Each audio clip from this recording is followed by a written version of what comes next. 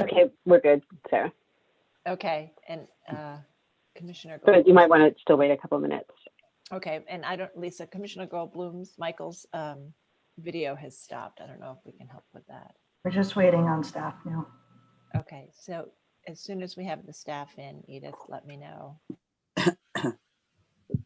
Does Michael Goldblum need help? I can. Okay, we're good. His video's back. I need help, but Oh, now. okay.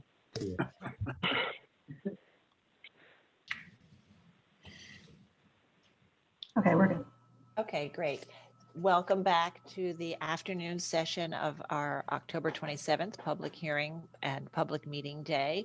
We have concluded the public hearing portion of our agenda, and we are now beginning the public meeting portion of our agenda. These are items that have already had a public hearing, and after listening to the presentation and public testimony, the commissioners gave comments, and the applicants are back today in response to those comments.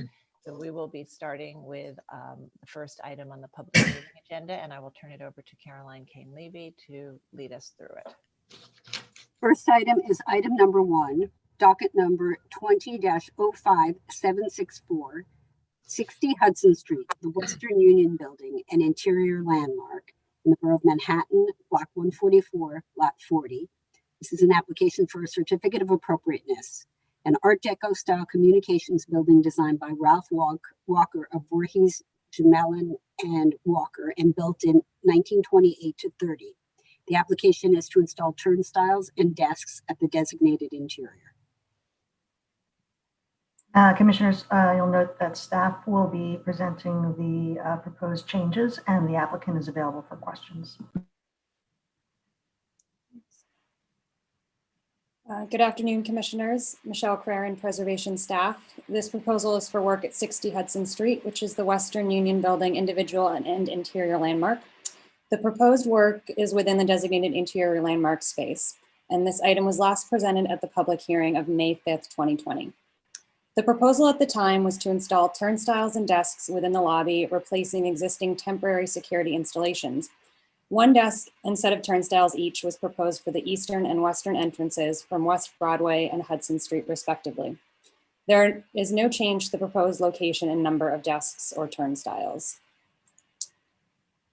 This slide shows the proposal as previously presented, which included desks featuring faceted brushed bronze cladding, as well as a Corian base and counter, and natural stained mahogany at the lower counter.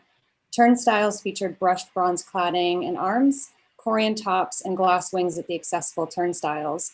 Commissioners present expressed a consensus of support for the presence of security desks within the lobby, as well as the design and placement of the turnstiles. However, the commissioners did express concern regarding the design and material palette of the proposed desks, with some commissioners suggesting that the design should be better related to the design of the lobby in terms of materials and the refinement of details and scale, while others suggested that a darker, simpler security desk would be more appropriate.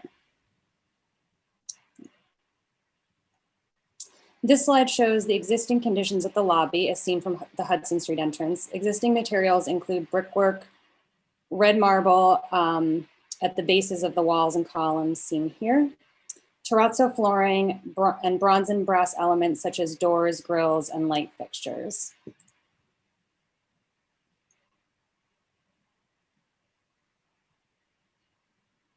The proposal has been revised in response to the commissioner's comments and now features a dark brown finished back painted glass at the desk with brushed bronze and brass elements, as well as a granite toe plate and desktop with mahogany still proposed at the lower portion of the desk. The overall design of the turnstiles and use of bronze remains the same. However, the tops are now proposed to be the same granite found at the desks rather than Corian. And this slide shows the existing and previous proposals side by side. And then this slide shows the current proposal as seen at the West Broadway entrance, whereas the previous was at Hudson Street. This is a smaller lobby space than Hudson Street. And then lastly, this slide shows a sample of the proposed glass within, this shows the proposed sample of the glass within the lobby space. Oops. And then just the details of the revised materials. And just to remind you, a plan and elevation of the desks. And now I will hand it over to the applicant to discuss the details and appropriateness of the proposed changes. Hold on one second. We have to make a motion to open the proceedings. So Commissioner Chapin, would you make a motion to open the proceedings? So moved. And Commissioner Bland, would you second that motion? Second. Okay, all in favor, say aye. Aye. Aye. Any opposed? Okay, so the applicant may speak. Go ahead, George. Thank you. It's George Boyle. And Michelle, could you go back 2 slides to where it's just the detail of the terrazzo floor? Actually, the one before. Perfect. If you can stop there. So as Michelle explained, that we were given a variety of different options to kind of explore for this. And one of the things that happened towards the end of the discussion was that someone reminded us that the bronze isn't just a bright color. It can come in a dark color. And that sort of resonated with us. So we went back to Walker's Lobby as well. And we started to notice something that we just sort of took for granted. And that was the kind of liquid quality of this terrazzo floor. So one of the things that we found was that being very highly polished, it reflects and it borrows and it kind of merges the vaulted ceiling, the masonry walls, the lighting, the tinted glass and steel clear stories of both entries. Yet it has its own rich pattern and sort of mixes all these things into this kind of like delightful cocktail. So from that, we can go now to the next slide. We looked around and our fear was that with the dark bronze, it was a flat color. So we were looking for something that would kind of echo some of the qualities already with this lobby floor. And we came up with a dark bronze mirrored back glass that we believe kind of echoes all these issues about the lights of the floor. And it also creates a sort of a recedes and it's more of a background desk for this main lobby. And our feeling was that it became more of an agent of what's already there than trying to announce itself as something. So if we go to the next one, you can see the difference, the comparison between what we originally proposed and what we're doing now, which I believe shows how it does recede and kind of keeps your eye focused in on the main access to the site. If you go to the next slide, please, Michelle. This is, of course, the West Broadway entrance as well. And again, your eye does focus all the way to the end axis. The next slide, please. We went to Benheim and we got several glass samples and we brought them down into the site. And what we liked about this the most, and it's hard to see in the photos, is that this isn't just a reflection, it's like a shade of a reflection. And it creates these different patterns within that floor. And it also sort of echoes the echoes that happen already on the floor, where you can see on the top left, there'll be glimpses of seeing some of the wall sconces or the hanging fixtures within. We are proposing to cant this, both sides, all 3 sides, slightly down so it reflects more of the floor. We go to the next slide, please. Again, I think Michelle did a decent job of showing what the limited quality of now man-made materials, where we're using a granite top and base. We're using a combination of both brass and bronze. The bronze is the chevron that's in the middle. And that's because this is a two-person desk, and we're trying to bifurcate it to make it so that it's fairly easy for people to understand that, as well as to create some kind of illumination as you get close to this desk. If we go to the next slide, please. Again, this is just details of what's the elevations and plans. If you look at the section, it shows how it's slightly canted on the sides. The next slide, please. Go back one, please.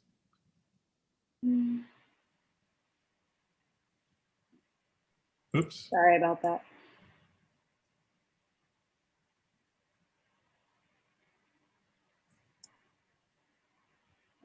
So one of the concerns last time was to kind of define what actual materials are within this lobby.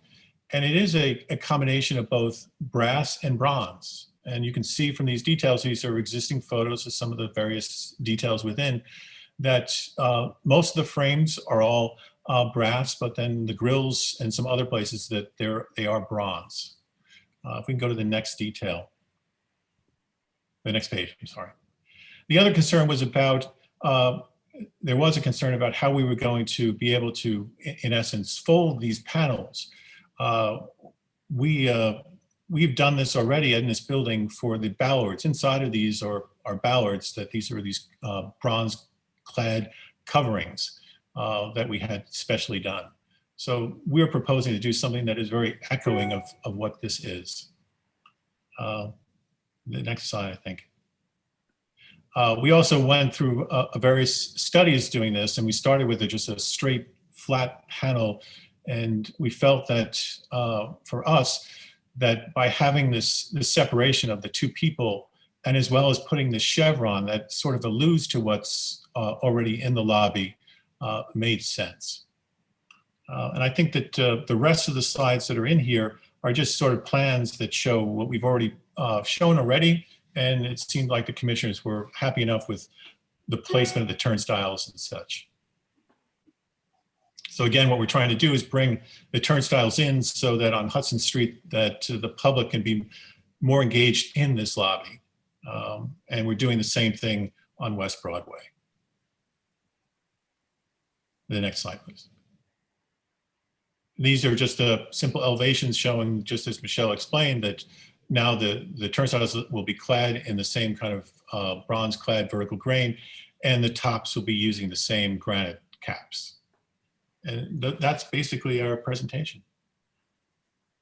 Okay, thank you. Commissioners, do we have any questions? Okay, Commissioner Holford Smith, please go ahead.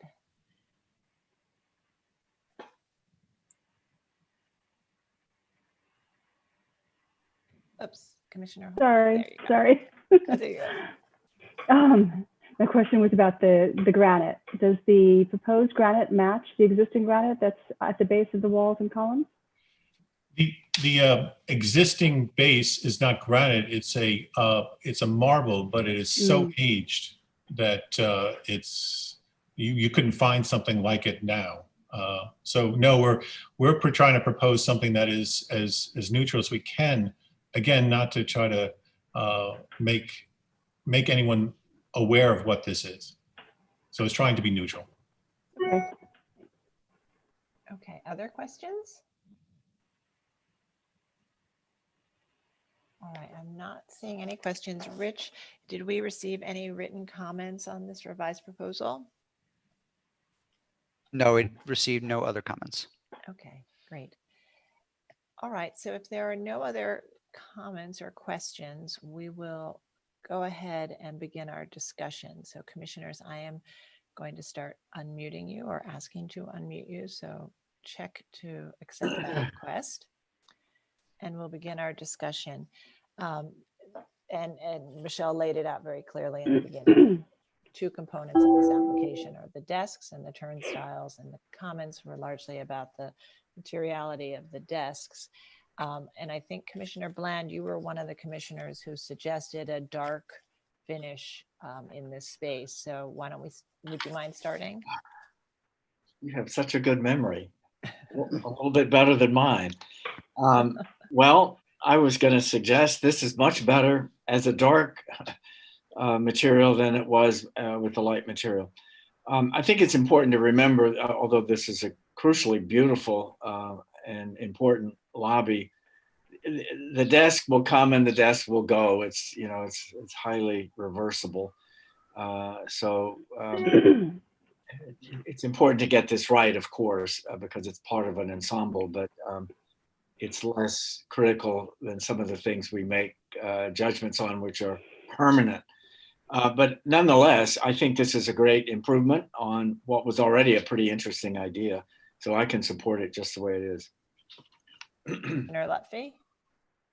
I agree with Fred. I think it's really very handsome, very neutral, and the materiality works, and it just doesn't get in the way of the lobby.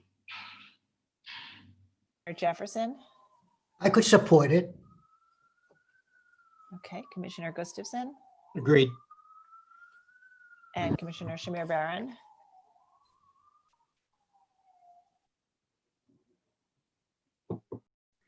Oh, I think she's stepped away. Commissioner Holford Smith. I think this is a good improvement. I like the idea of using the dark brown back painted glass as a material to reflect the floor. So I think it's very appropriate. Okay, Commissioner Chapin. Yeah, I think a considerable improvement over the last proposal. And I also like the dark color and even the idea of sort of the reflective quality of the flooring and echoing. And this is, and it's, as Fred said, it's a temporary thing. So I think it's very, very approvable. Good. And Commissioner Goldblum. I agree. I don't love the signage, but I can live with it as it is. I think it's much better than it was. All right, thank you. All right, Commissioner Chapin, would you read this motion? Yes, let me just Do you have it up? yeah, get it to the Yeah, because I think Fred, you don't have it up. Yeah, I'm right? sorry. I That's okay. have to read it got from my phone, and I just Yeah. Matter of a certificate of appropriateness, Borough of Manhattan, LPC 2005 764 60 Hudson Street, Western Union Building, interior landmark. An Art Deco style communications building designed by Ralph Walker of Boris Mellon and Walker and built in 1928-30. Application is to install turnstiles and desks at the designated interior. I recommend approval, finding that the proposed desks and turnstiles will be anchored to the terrazzo floor with a minimum number of necessary attachments and will not otherwise damage any significant historic fabric. That the modest number of turnstiles and desks will not overwhelm this monumental lobby, and their placement will result in improved public access to portions of the lobby adjacent to this Hudson Street entrance. That the small size and height of the proposed desks will help to minimize their presence within the lobby space and reinforce their appearance as movable furniture. That the proposed desks will not obstruct the view through the lobby due to their placement parallel to the walls. That the angular design of the proposed desks will be compatible with the Art Deco style of the lobby. That the lighting at the desks will not be excessive or draw undue attention to these installations. That the non-directional brushed bronze and glass materials at the turnstiles will be harmonious with the materials found at the lobby and at locations at the building's base. That the materiality of the proposed desk, featuring natural stone, woods, glass, and metals, will be harmonious with the materials found in the lobby and help the desk to remain a discrete presence within the space. And that the work is reversible in nature and will not diminish the special architectural and historic integrity of this interior landmark. Commissioner Bland, would you second that motion? second. Rich, will you call the vote? Chair Carroll, Aye. Commissioner Bland, Aye. Commissioner Shamir Baran, who is not present, Commissioner Chapin, Aye. Commissioner Chen, Aye. Commissioner Devonshire, Aye. Commissioner Goldblum, Aye. Commissioner Gustafson, Aye. Commissioner Jefferson, Aye. Commissioner Lutfi, Aye. Commissioner Holford Smith. Aye. Okay, with 10 in favor and 1 not present, the motion carries. That's approved. Thank you. Thank you very much. We'll move to the next item. All right, the next item is item number 2 of the public meeting agenda, docket number LPC 19-35736, 85 Sullivan Street, 85 Sullivan Street individual landmark, also in the Sullivan-Thompson Historic District, Borough of Manhattan, Block 489, Lot 15, an application for a certificate of appropriateness. A federal style row house built in 1825 and altered in 1874. The application is to construct a rear yard addition and reconstruct the side and rear facades. And this was first heard at the public hearing of September 24th, 2019.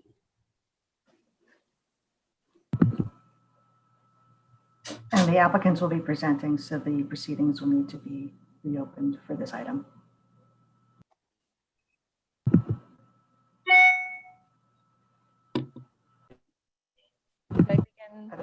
So the proceedings will need to be reopened for this meeting item. I'm sorry.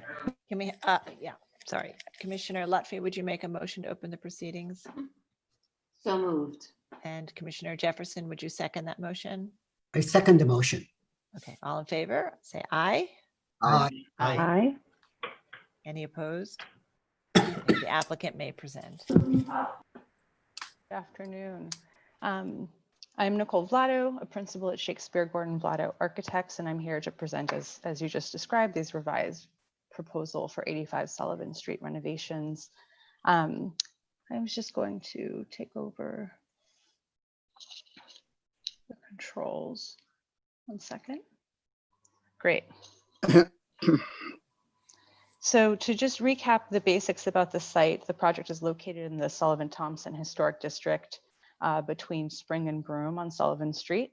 And most of the buildings on this block are existing historic structures averaging about 5 stories in height, very eclectic, ranging in their historic style and varying also in regards to their depth into the block, which you can see from this aerial photo. There's no apparent donut on this street. 85 Sullivan Street was originally built in 1819 in the Federalist style, and records show that it has been historically used as housing with single apartments on each of its 3 floors for quite some time. It's located next to a vacant portion of the 200 Spring Street lot and adjacent to 83 Sullivan Street. The historic tax photos of 1940 and 80, both shown here, show a building very similar to what we see today. Again, it's not understood why the metal siding was installed over the north face of the building, but we know that it was installed prior to this 1940s photo. The siding has unfortunately trapped water for about a century against the timber structure and the wood sheathing beneath, causing deterioration, and the building has been shored for stability and vacated for over 10 years. And of course, my client's desire is to restore the building and its use, and also hopefully add some additional apartments via a rear extension, which I'll describe to you today. Again, for this project, we looked at emblematic Federalist era precedents, including townhouses in the Charlton King Van Dam Historic District. Both 77 Bedford on the right and 25 Harrison on the far left have exposed siding, which is painted in the light white or gray color. Additionally, we have precedents here identified by the landmarks team as projects of similar building type with extensions that were approved by the commission at a public hearing. They share some features with our project and also include visible sidewall portions for a number of these projects. So in considering our options for extending the building, we looked at Sanborn maps. Originally, we looked at back house structures, which inspired our earlier proposal. But we also have evidence of 2-story rear structures, which are highlighted in yellow here on our block, including our immediate neighbor on 83 Sullivan Street, who has a 2-story rear structure that's currently standing. And we heard comments from the previous hearing that this may be a more appropriate consideration for our extension concept. So that's sort of the inspiration that we took moving forward.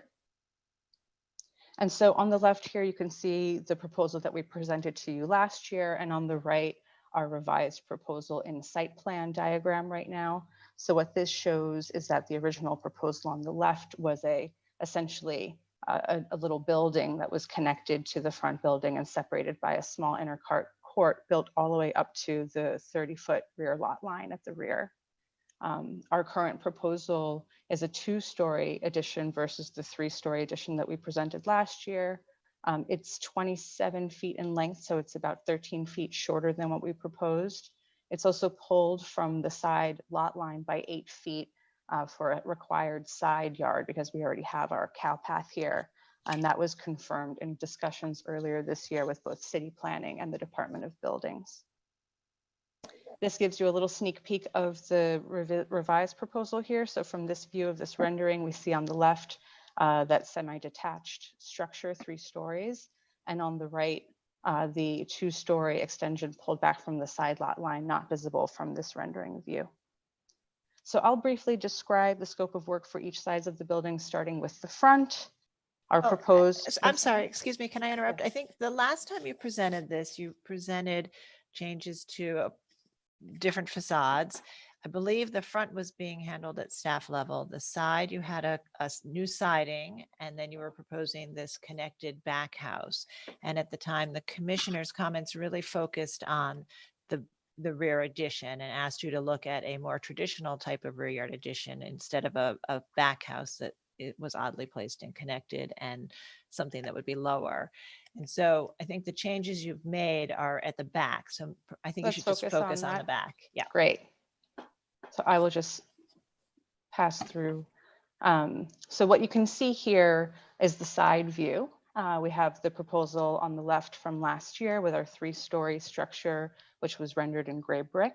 Here we have a 2-story addition, again, pulled away from the side wall as is required. And to allow it to feel part of the original building, it's now wrapped in the same 8-inch cladding that's painted in a light color. We're also showing some windows at the side, which are very minimally visible along the public way, which brings some light into the interior of these rear units. And they're allowed per the DOB because of their distance from the lot line. And again, we see the 2-story distinction. So that's a much smaller proposal here. And these are images of the rear that we presented the last time. And what you can see notably on the far left is the existing 2-story structure of the neighbor at 83 Sullivan Street. We can also see the existing windows at the 3rd floor, which in our proposal are now maintained in their original location and replaced with new historic windows of the same type. We've got our 2-story structure in the rear here, again, wrapped on the rear as well with the painted siding at the same size and color. We're proposing a larger fenestration facing the rear yard, which is not visible at all from the public way. And these images now show, just in comparison, again, always on the left, what we proposed last year, and on the right, the sightline section, showing the reduced height of the proposed addition. And our sightline plan, which shows the more limited visibility from the public way. Again, with the vacant lot adjacent, we're never truly out of view, but we're definitely pushed back a bit further. And we're now showing some renderings, which again show the sort of walk down the street and the limited visibility of our new proposal. Why do you need my sunglasses? And this image is a rendering that uses a neighbor provided photograph that was presented at the last hearing. I believe this was a request of the commission as well. And so this is a very close view, and it allows us to see that side angle of the addition from approaching the rear lot of 200 Spring Street. So we hope that this proposal in its reduced form and reference to the siding material that we are now proposing for the restoration, or still proposing for the restoration of the existing building, feel more appropriate. And we look forward to your comments. I thank you. Thank you. Commissioners, do we have any questions for the applicant? All right. And Rich, I believe we've received some written materials. Yes, we did receive one letter from GBSHP, still in opposition to the project, focusing on loss of historic material, the rear addition being visible from Sullivan Street, and the windows in the rear addition. Okay, thank you. And as you know, those any letters we receive before the Monday before a public meeting, we forward to commissioners. So you all have had a chance to see that letter. Okay, Commissioner Jefferson, I see you have a question. Please go ahead.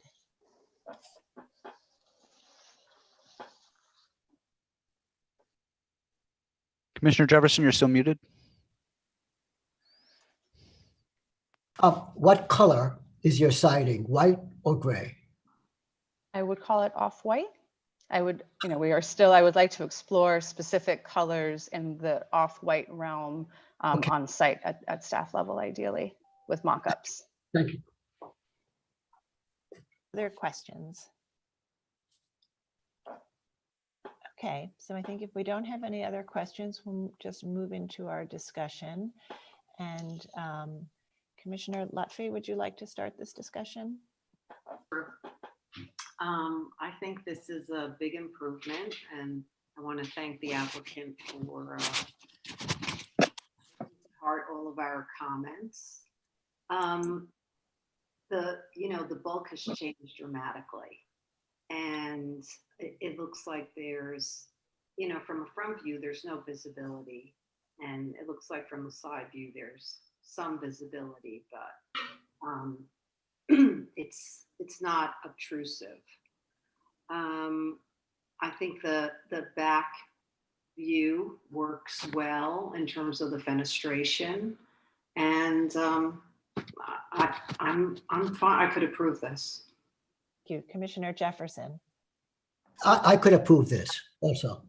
Okay, Commissioner Gustafson.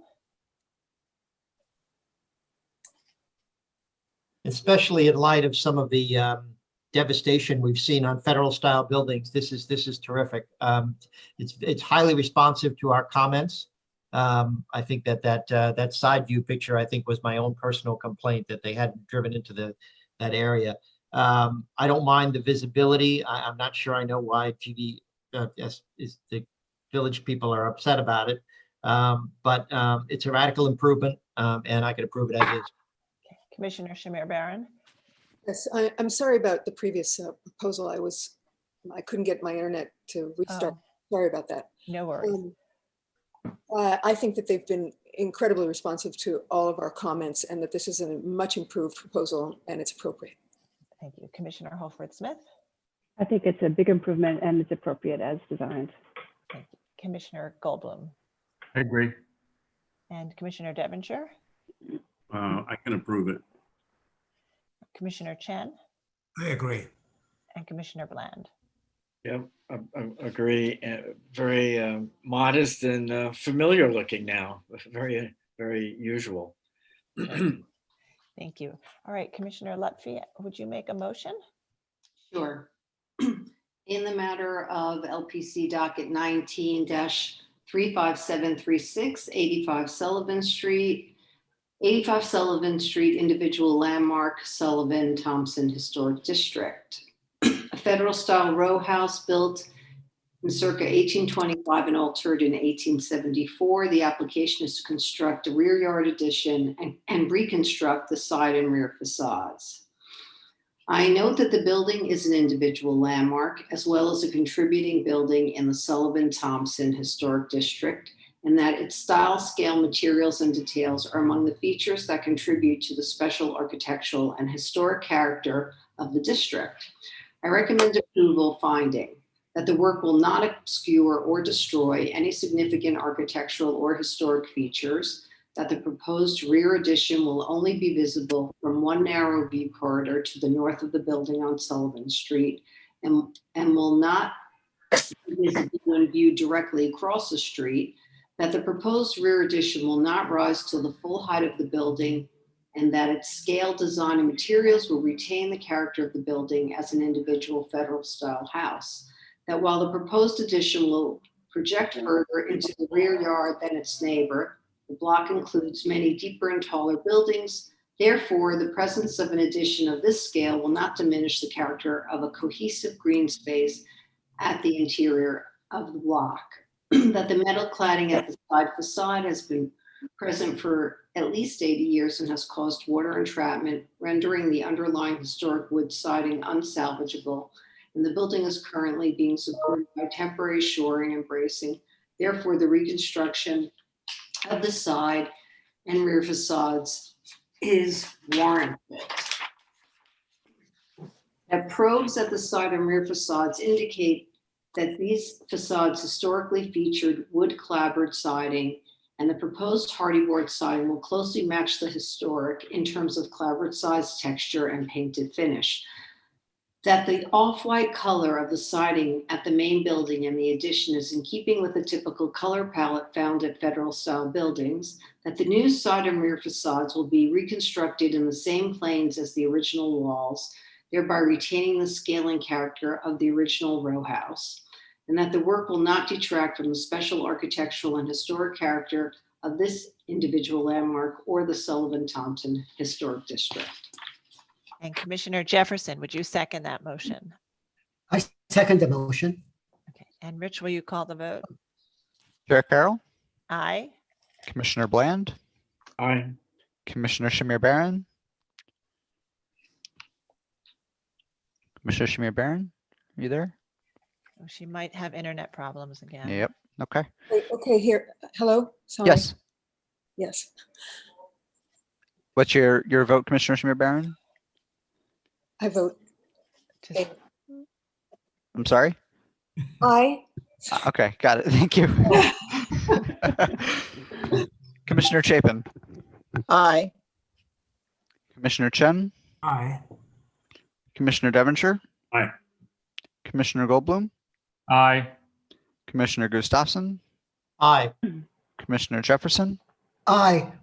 Commissioner Lutfi, Aye. and Commissioner Holford Smith. Aye. Okay, with 11 in favor and none opposed, the motion carries. Thank you. Approved. Thank you. And we'll move to the next item. Next item is item number 3 on the public meeting agenda, docket number LPC 20-08145, 34 East 70th Street in the Upper East Side Historic District, Borough of Manhattan, Block 1384, Lot 46, an application for a certificate of appropriateness, a neo-medieval style residence originally built as 2 row houses in 1884 to 85, altered and combined by William Lawrence Bottomley in 1924 to 29. And the application is to alter the facade, construct rooftop and rear yard additions, excavate the areaway, and modify masonry openings. This was first presented at the public hearing of April 28, 2020, at which time no action was taken. Staff will be presenting the changes that were made to the proposal, and if necessary, the applicants are available for questions.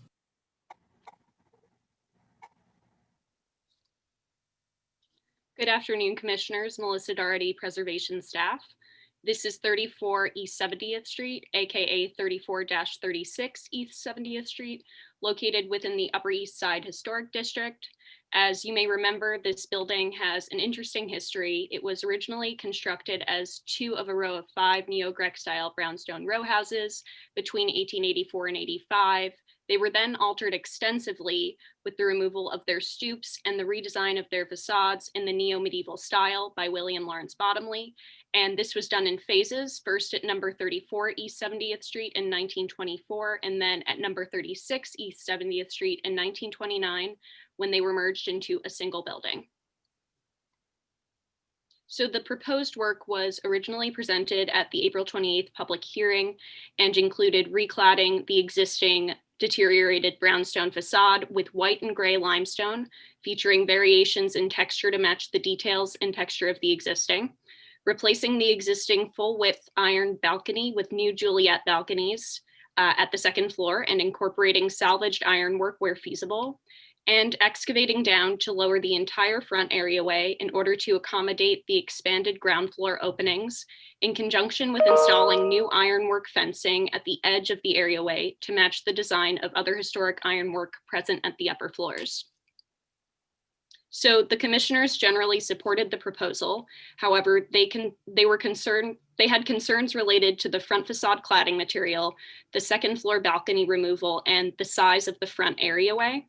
They felt that the proposed limestone did not sufficiently recall the historic limestone, the historic masonry, and that it should be changed to a material that is closer in terms of color, texture, quality, and contrast to the original.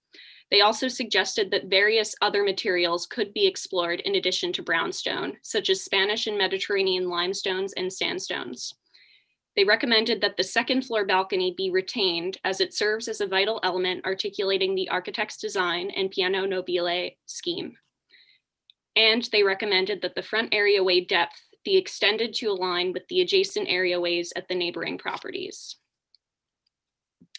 The applicant has addressed these concerns by first changing the proposed cladding material from cream limestone fieldstone and white limestone accent stone to beige bush-hammered Spanish sandstone fieldstone and dark buff sandblasted limestone accent stone, as shown on the right.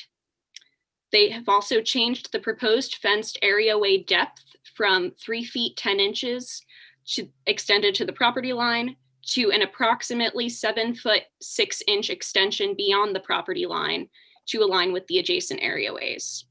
They've also changed the proposed second floor balcony from replacing the full width iron balcony with new Juliet balconies to replacing the original full width balcony in kind to match the historic design with decorative pickets, but at a code required 3 feet 6 inch height. Please note that there is an error on the proposed rendering on the right. The blind arch shown off center at the 5th floor will not be infilled with that lighter limestone as it's shown here. It will be infilled with the darker sandstone. Here we have the previously proposed cladding materials on top and the revised proposed cladding materials shown on the bottom. And here we have some additional photos of the samples of the new proposed cladding materials, which were the beige bush-hammered Spanish sandstone fieldstone and the dark buff sandblasted limestone accent stone. Here we have the existing and proposed front facade elevation drawings showing the previous proposal as presented back in April. In particular, you can see how that second floor balcony was changing here. And here we have the existing and proposed front facade elevations with the revised elements incorporated to address the 3 primary concerns of the commissioners. Here we have the existing building section drawing. And here we have the corresponding proposed building section drawing. The revised second floor balcony and front areaway alterations can be seen here within the context of the rest of the building. Here we have a close-up existing conditions photo of that second floor balcony railing, as well as a historic view of it in the image on the left. This comparison shows that many of the original decorative pickets along this railing are missing, and some of the existing ironwork is non-historic.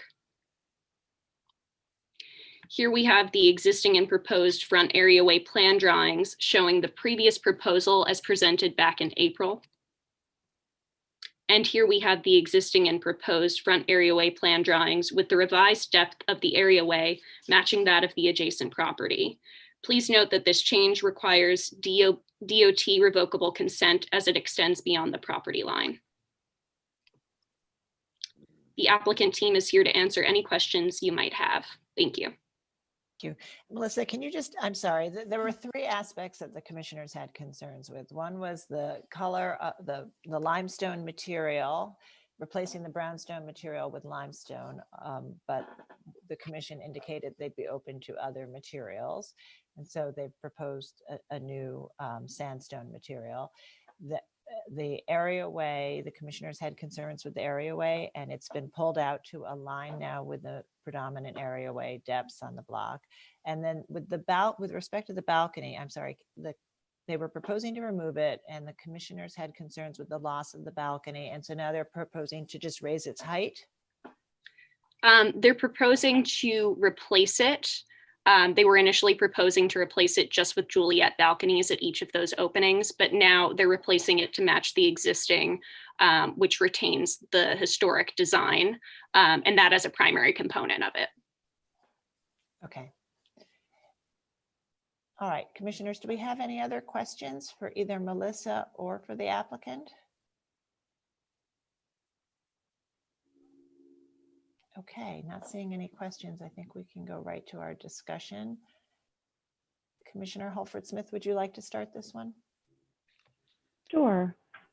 Well, I think the applicant has been very responsive to our comments, and I think the new materials are definitely an improvement over the original sort of beige on beige limestone that was proposed. I think putting back the second floor balcony was an important move, as well as addressing the areaway. So I think that I can accept this as proposed. Okay, thank you. Commissioner Chapin?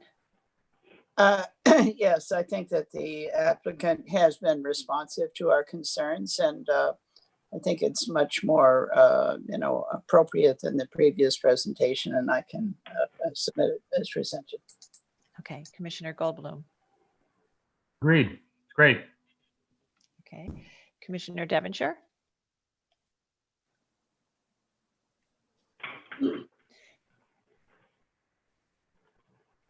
Commissioner Commissioner Devonshire, you're on mute.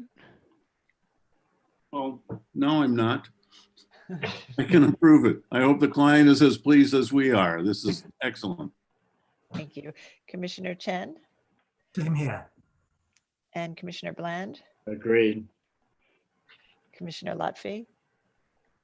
I want to say, yeah, I want to thank the applicant for being responsive, but this is so much improved. I really feel like this building now has this new life to it, and it's really handsome, and it retains sort of the integrity of what was there before, but improves upon it. I think it's great. All right, and Commissioner Jefferson. I vote appropriate and carefully done. Commissioner Gustafson Yep. It's appropriate. and Commissioner Schmierbaron. I agree. It's excellent. Okay, great. Good. So we have a consensus. And I'd like to also thank the applicants for being so responsive to our comments. Commissioner Holford-Smith, would you make the motion? Yes. In the matter of LPC 20-08145, 34 East 70th Street in the Upper East Side Historic District. The application is to alter the facade, construct rooftop and rear yard additions, excavate the areaway, and modify masonry openings.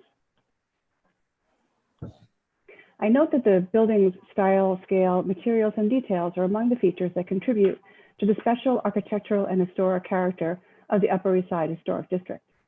I further note that the building was originally constructed as two of a row of 5 neo-Greek style brownstone row houses in 1884-85, that they were altered extensively in phases with the removal of their stoops and all architectural details at 34 East 70th Street in 1924 and at 36 East 70th Street in 1929, and that the current design facade dates to the 1924-29 alterations. I recommend approval, finding that the proposed work, consisting of further alterations to the primary facade, consistent with its historic alterations, is in keeping with significant facade redesigns in this historic district. That the existing brownstone facade has been stuccoed and painted with elastomeric coatings and is in a highly deteriorated condition, warranting its recladding. That the retention of the existing backup masonry and window openings will ensure the preservation of the facade's overall scale and design during its recladding. That the proposed beige sandstone and dark buff limestone cladding will be consistent with the existing historic cladding in terms of texture, quality, and contrast. That the lengthening of the ground floor openings will improve the scale of the entrances, enhancing the functionality without diminishing the fenestration pattern. That the excavation and lowering of the areaway will be modest and in keeping with the variety of areaway sizes and grading found within the streetscape. That the extension of the areaway will match that of the adjacent property at 32 East 70th Street in terms of depth. That the existing historic ironwork at the second floor balcony will be replaced in kind to match its historic design, but will be extended in height to meet code requirements. That the recreation of missing decorative pickets and the removal of non-historic ironwork dividers will aid in returning the second floor balcony ironwork to its historic configuration. That the new ironwork at the front areaway will be compatible in terms of design and placement.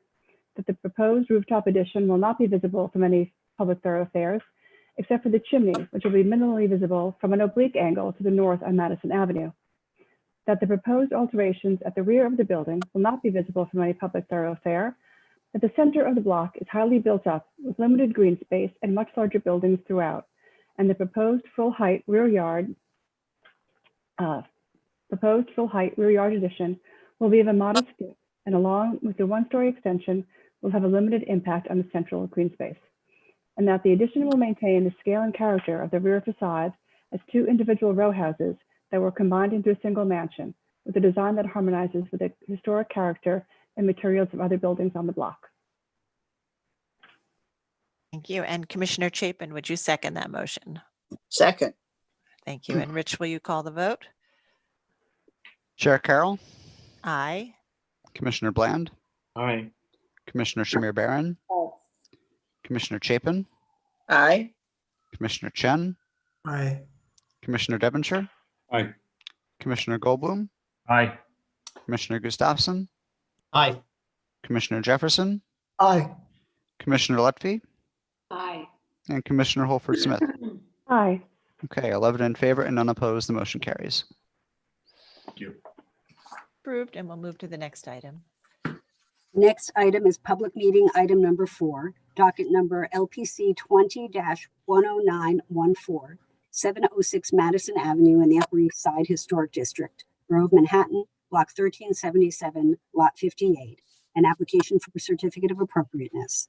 A neo-federal style bank building designed by Frank Easton Newman and built in 1921, and a commercial and retail building designed by Page Ayers Cowley and built in circa 2016.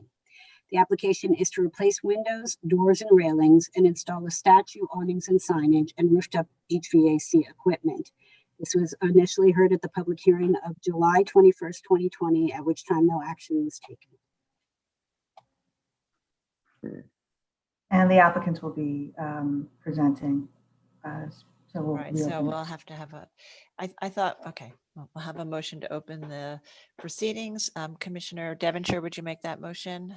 So moved. And Commissioner Shamir Barron, would you second that motion? Second. All in favor, say aye. Aye. Aye. Aye. Any opposed?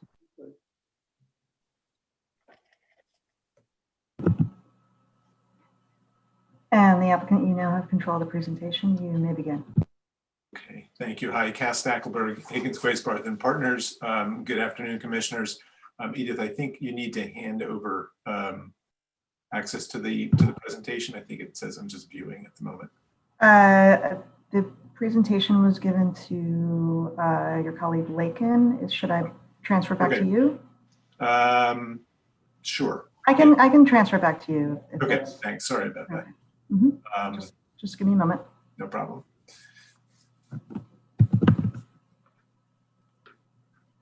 Great. Okay. Thank you.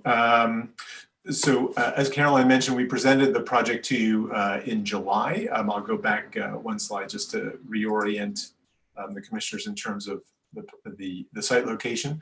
We presented the project to you in July. This is a neo-federal historically bank building located on excuse me, the southwest corner of 63rd and Madison Avenue, and it is combined internally with new construction completed in 2014, 2015, seen here and here. At the time when we presented the project, the commissioners had a range of comments on numerous aspects of the project, and we've been working collectively as a team and with the preservation staff to address those comments and to refine the proposal. The next slide illustrates on the left what we presented in July, and then the updated rendering on the right. And I'll just sort of highlight the changes that we've made and then hopefully are apparent in the rendering.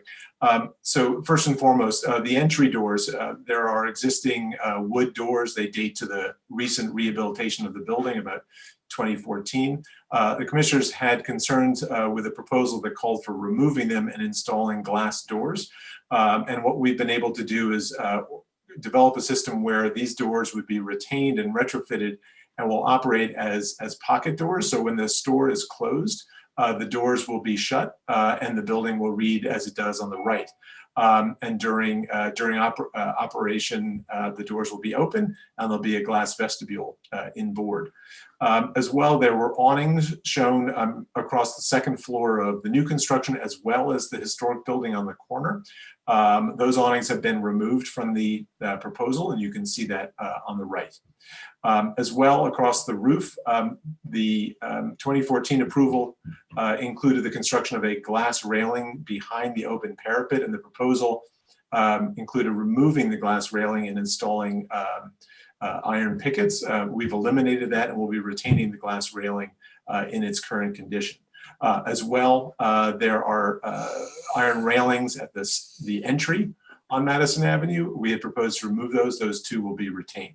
The two elements that we have adjusted and are representing are the windows of the ground floor. We've adjusted the detailing to make them match more exactly to the windows on the second floor. And we've also provided some additional information regarding the statue on the roof. So this is a updated proposal renderings on the left with the store in the evenings when the store is shut with the wood doors closed and with them open. And as I said, they would be pocketed to the side and retained in place. Some updated elevations. This is an existing photo on the left and revised renderings. As I mentioned, the awnings have been removed, so the only signage that describes the Hermes location are the 7-inch tall letters directly over the door.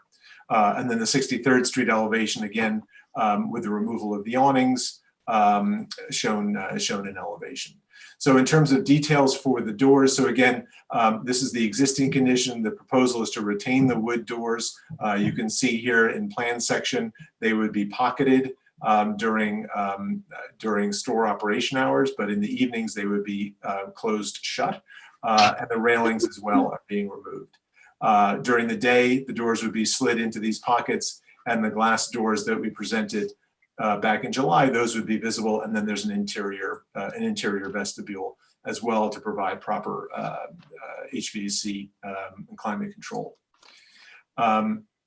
The signage, we've updated the details. There's really no change to the sign, but there was some discussion about protecting the historic Bank of New York sign, which of course is our concern as well.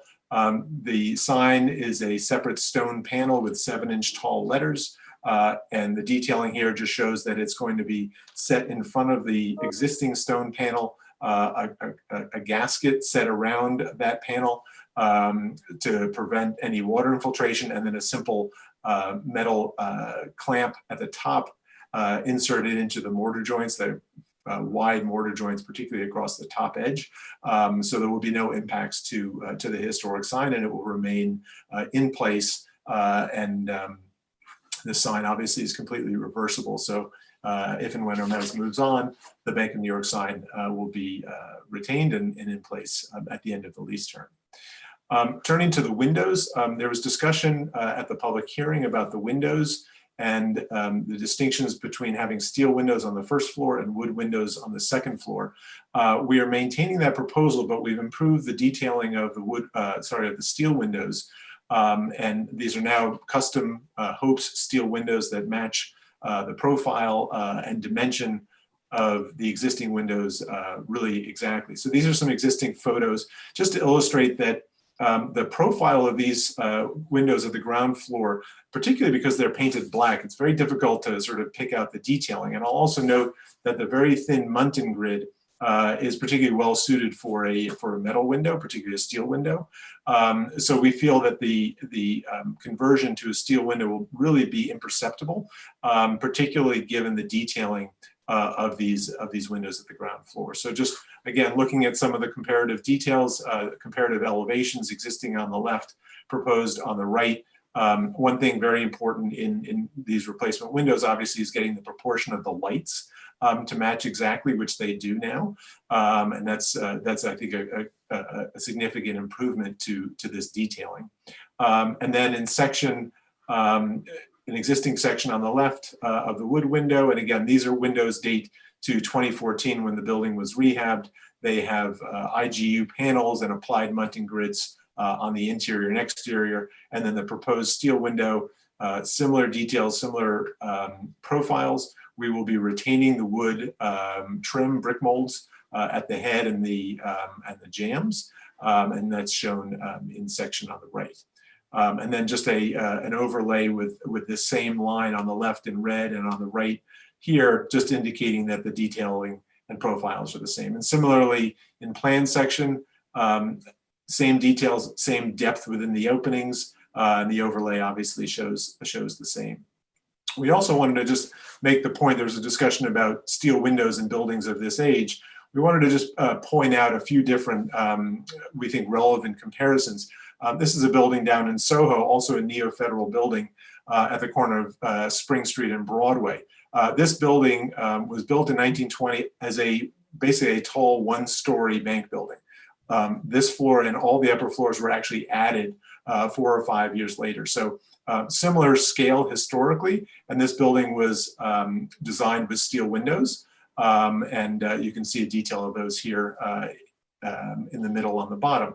And then 940 Madison, also in the Upper East Side Historic District, similar scale to 706 Madison. This is another bank building built a few blocks to the north.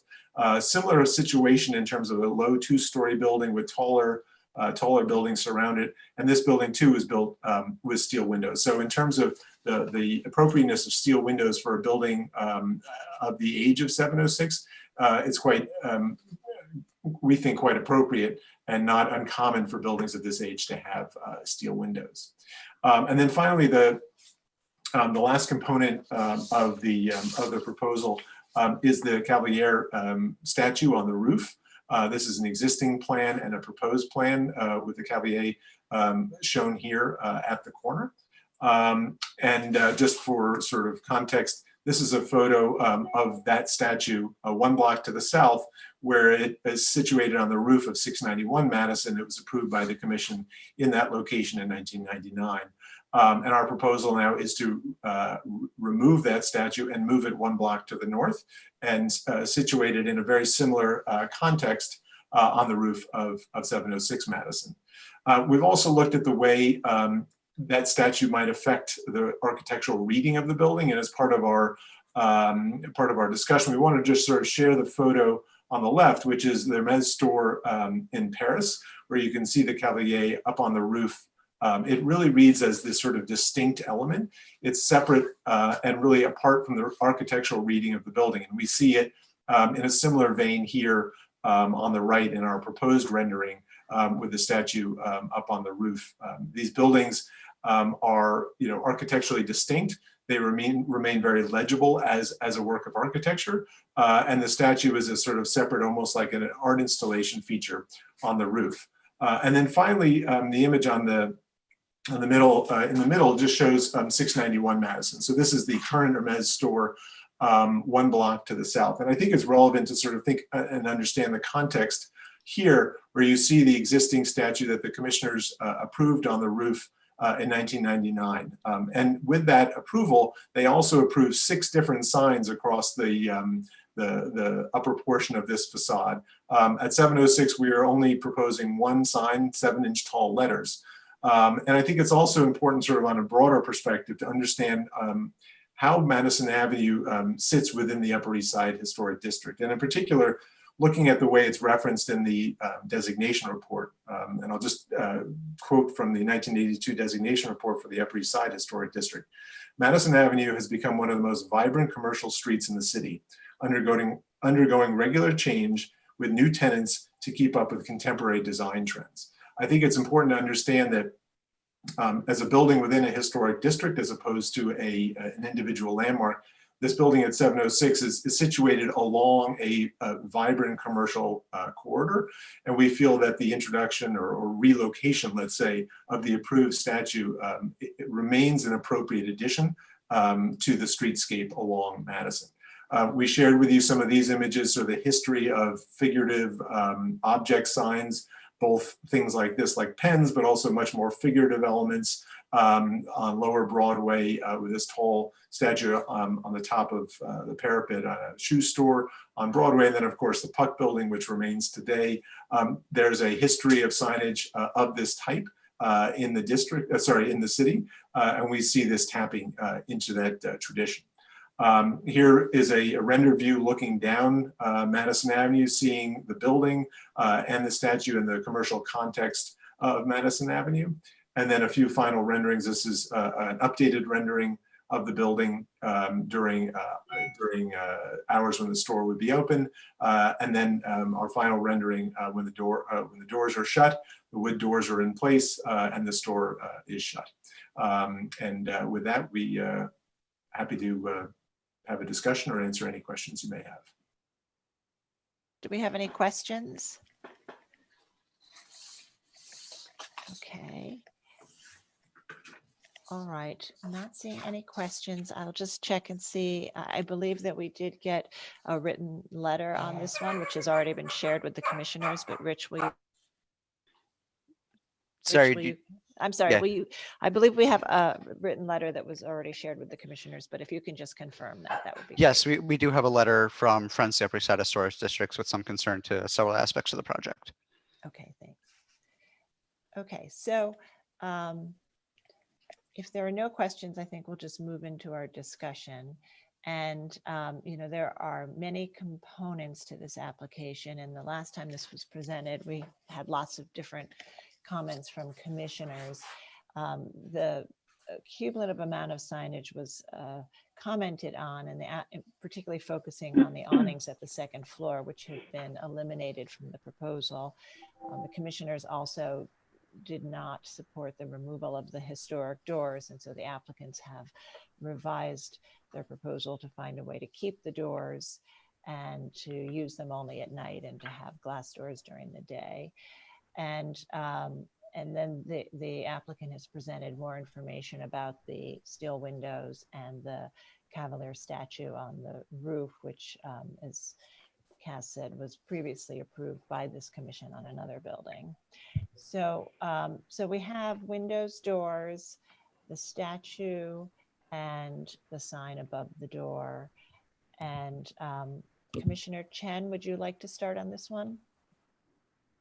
Yeah, I'm glad to see that they retain the wooden store with the pocket. Obviously, in daytime, all you see is still only the glass door.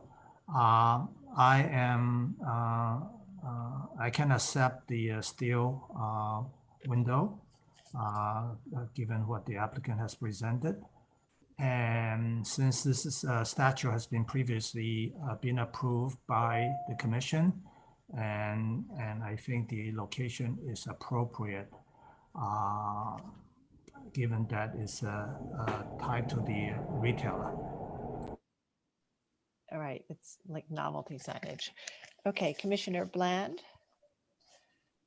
Similarly, I think they listened carefully to the series of comments, responded to all of them, and I think the retainage of the doors is a very creative way of figuring out how to be both and rather either or.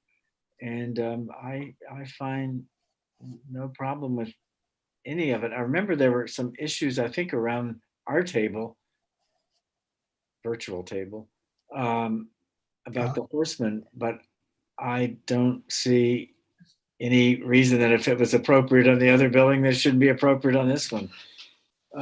So in any event, I think it's a very nice job and very responsive to what our thoughts and comments had been before.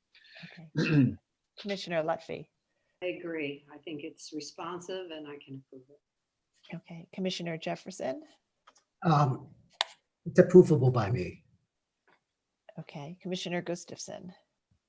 Who were these commissioners in 1989 who approved 35 signs and the horse? What was that about? And where are they now? I can approve it as is. And Commissioner Shamir Barron. Yes, my only concern previously was the door, and I think they've done a terrific job at solving that. Had no problem with the horsemen on the roof, and so I think it's a terrific project, and I approve. Okay, and Commissioner Holford Smith. I think all the changes that have made are appropriate, and I can approve it. And Commissioner Chapin. Yes, I agree. They made all the changes that commissioners had asked for, and I think it's the statue is a kind of fun piece of New York that the commission has previously approved. Commissioner Goldblum. I agree. Okay. All right, and I think Commissioner Devonshire, I'm sorry. I can approve it. Okay. Commissioner Chen, do you have the motions on your end? It's on my phone, but it will be. Okay, that's okay. That's fine. We'll Commissioner, I'm trying to do this equitably. Commissioner Lutfi, would you mind doing this one? Sure. Okay. In the matter of LPC docket 4706 Madison Avenue, Upper East Side Historic District, a neo-federal style bank building designed by Frank Easton Newman and built in 1921, and a commercial and retail building designed by Page Ayers Cowley and built in circa 2016. Application is to replace windows, doors, and railings, and install a statue, awning, signage, and rooftop HVAC equipment. I note that the building style, scale, materials, and details are among the features that contribute to the special architectural and historic character of the Upper East Side Historic District. I further note that 702704 Madison Avenue is a commercial and retail building built in 2016. I recommend approval with approval finding that the paired wood doors to be altered are not the historic doors, that the change in operation of the doors from in-swing to sliding will be imperceptible when the doors are closed, that the design of the doors featuring beveled glass will recall the existing panel doors in a contemporary way, that the details and profiles of the proposed custom steel windows will closely replicate the existing wood windows and are consistent with other steel windows found on buildings of this age, style, and type, that the new stone plaque will attach to the mortar joints at surrounding plain brickwork and will be reversible, concealing but not damaging the historic incised stone plaque. That the design of the stone plaque will match the historic plaque in terms of materials and details. That the creation of a full height vitrine within the window, within the storefront window at the modern building on East 63rd Street is consistent with the commercial nature of its ground floor and with signage traditionally found at display windows. That the proposed statue with banners will be in keeping with the historic advertising methods, such as sculptural novelty signs, and reinforces the commercial character of Madison Avenue, and that it was previously approved for installation at an individual landmark across the street. That the proposed statue will not obscure any significant architectural features of the building, that the rooftop HVAC units and enclosures will have a neutral finish, helping them to blend with their surroundings, and that the HVAC units will only be visible from public thoroughfares at a distance against the backdrop of taller buildings. And Commissioner Bland, would you second that motion? Second. All right, Rich, will you call the vote? Chair Carroll, Aye. Commissioner Bland, Aye. Commissioner Shamir Barron, Aye. Commissioner Chapin, Aye. Commissioner Chen, Aye. Commissioner Devinger, Aye. Commissioner Goldblum, Aye. Commissioner Gustafson, Aye. Commissioner Jefferson, Aye. Commissioner Lutfi, Aye. and Commissioner Holford Smith. Aye. Okay, 11 in favor and none opposed. The motion carries. Thank you all. Approved. Thank you. And we'll move to our next two items, which are one item and our final item for the day. Okay, Commissioners, the next item is item number 5, docket number 21-02093, 2500 Jerome Avenue, St. James Episcopal Church and Parish, individual landmark, Borough of the Bronx, Block 3190, Lot 1, an application for certificate of appropriateness, a Gothic Revival style church and parish house designed by Henry Dudley and constructed in 1863. The application is to replace windows and doors, and this was heard at the public hearing of October 6, 2020, at which time no action was taken. And then in conjunction with that, we're also looking at item number 6, docket number 21-01518, also for the same address, the same landmark, application for certificate of appropriateness. And the application is to demolish the existing 1960s Fellowship Hall and construct a new building on the landmark site, also heard on October 6, 2020. No action was taken at that time. Okay, great. And we're going to turn it over in a minute to the applicant, but this, as you may recall, was a proposal to, there are two applications for this project. One was for work on the actual building, which is window and door replacement. And the second application was for a new building on the site that also involved the demolition of an existing modern building that abuts the historic church building. And at that time, the commission was largely supportive of the concept, supportive of it conceptually, but really focused your comments on the portion of the building that overlaps the church building and thinking about ways to enhance the views to the church building. And so the applicants have responded and revised their proposal in response to those comments. So we'll open it up so that they can present that to us. So Commissioner Gustafson, would you make a motion to open the proceedings? So moved. And Commissioner Devonshire, would you second that motion? Second. Okay, all in favor, say aye. Aye. Any opposed? Okay, so we've opened the proceedings and can present their revisions in response to your comments last time. And the applicants are in the room, and you have control of the presentation now. Okay, thank you, Edith. Good afternoon, commissioners. Assume everybody can hear me. Ward Dennis with Higgins, Quays, Barth and Partners. I'm joined by Rachel Ehrlich from Datner Architects, Barry Donaldson from BDA Architects, and other team members. I will present the proposed revisions to you. As Chair Carroll mentioned, this was heard a few weeks ago. It's two applications, one involving some modifications on the church, and then the second involving the new building. Just as a reminder, the complex of buildings here is really three phases of development. On the top left, the original church, designed by Henry Dudley, constructed in 1865. And then on the top right, the left-hand portion shows the parish house, which was designed by Henry Kilburn and constructed in 1891. And then on the bottom left, in the one-story building with the red doors, is the Fellowship Hall, constructed 1959 to 1960. That is the portion of the building that we are proposing to demolish. Just as a reminder too, this was originally a country church in the Fordham section of the Bronx. And over time, the Bronx itself sort of built up around the building.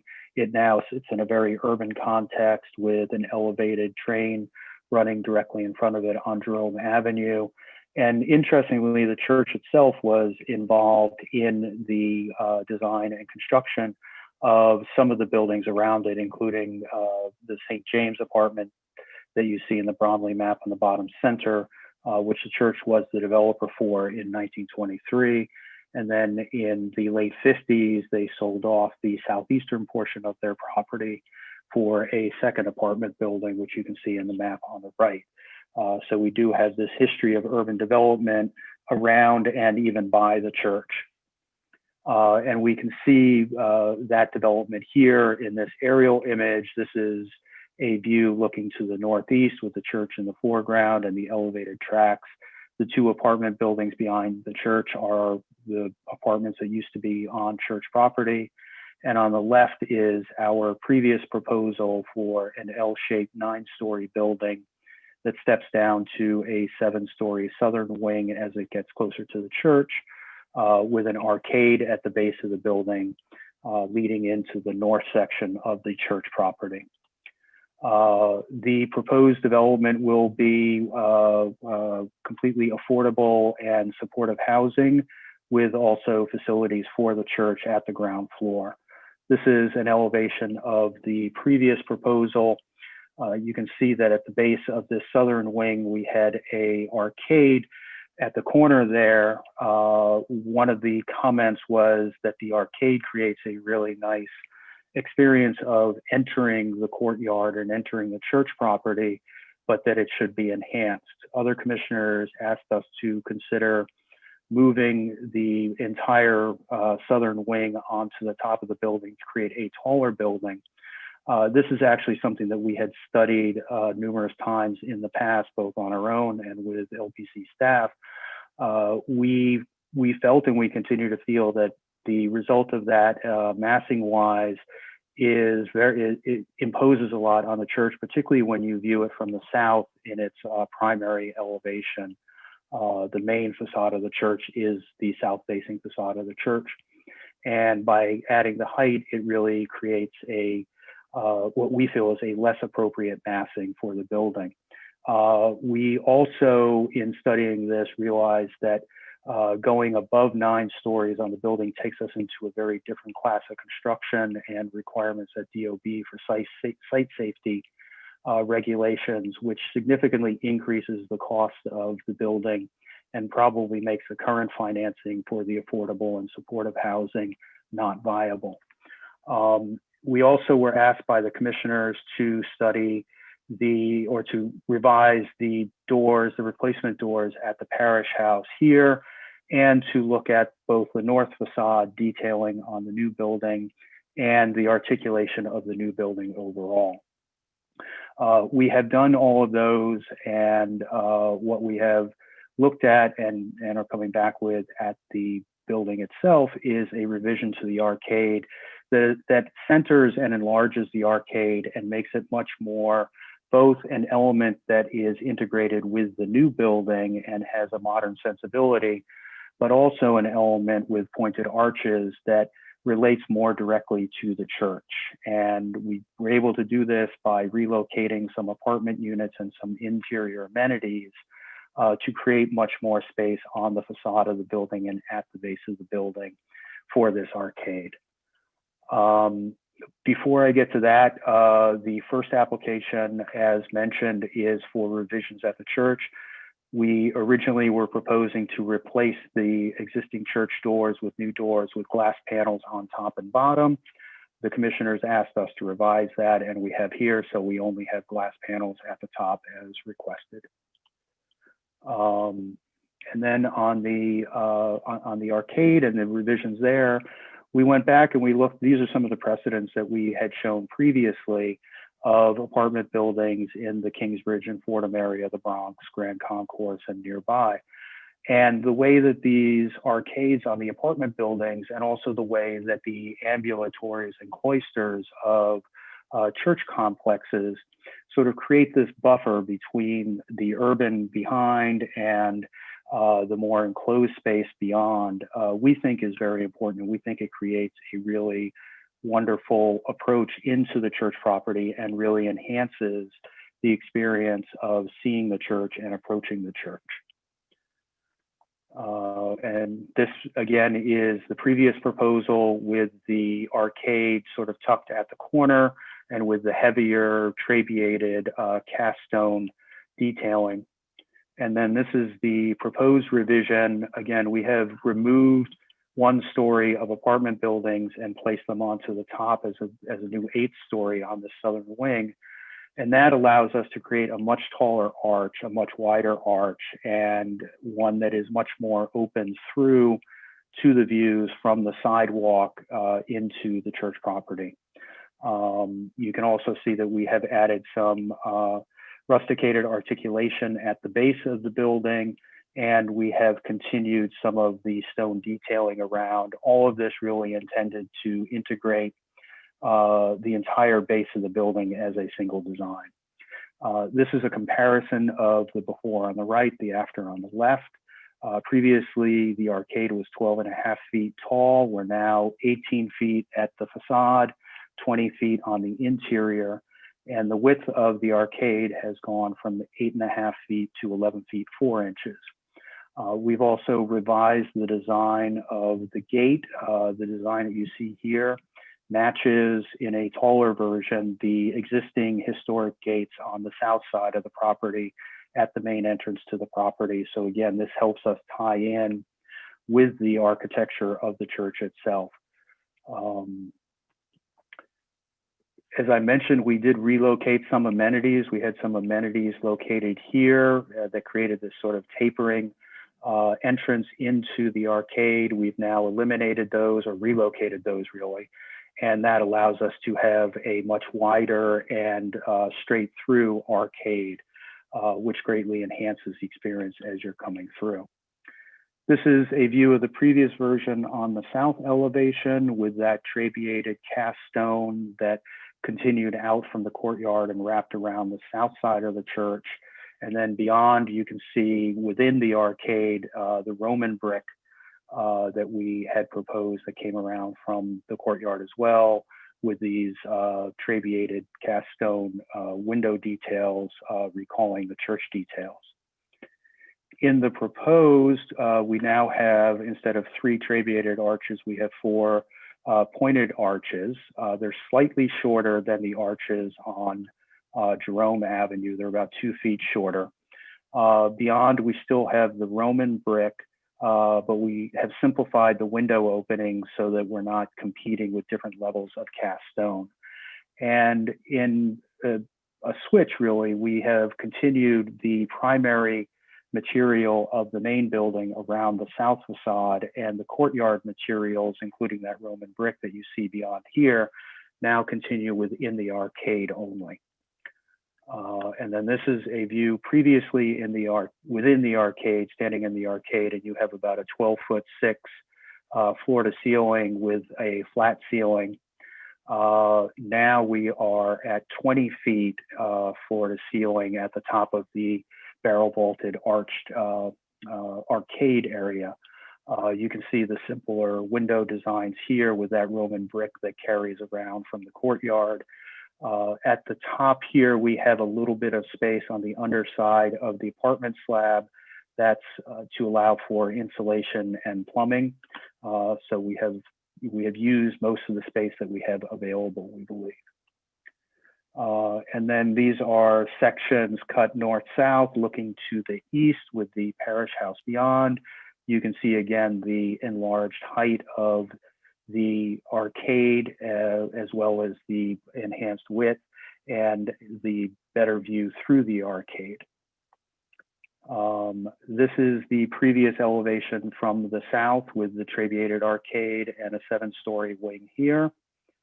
The revised version with the 4 arches, as I mentioned, we have relocated the units that we removed from the 2nd floor to a new 8th floor, but we still have that step down from the taller portion of the building.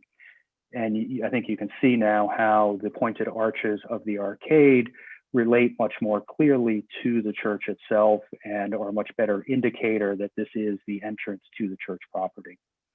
Elevation from the west elevation that we saw previously with a previous design, 9 stories down to 7 stories.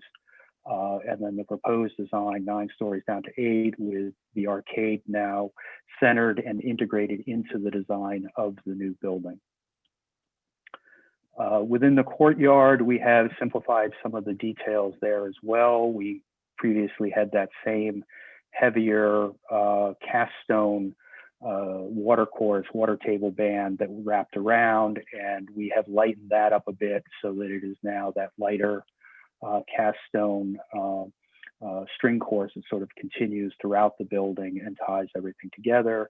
And again, with the Roman brick at the courtyard that wraps around into the arcade, but not onto the south elevation of the building.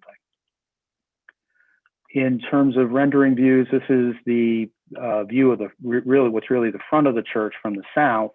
You can see the 7-story wing previously proposed and the 9-story wing above.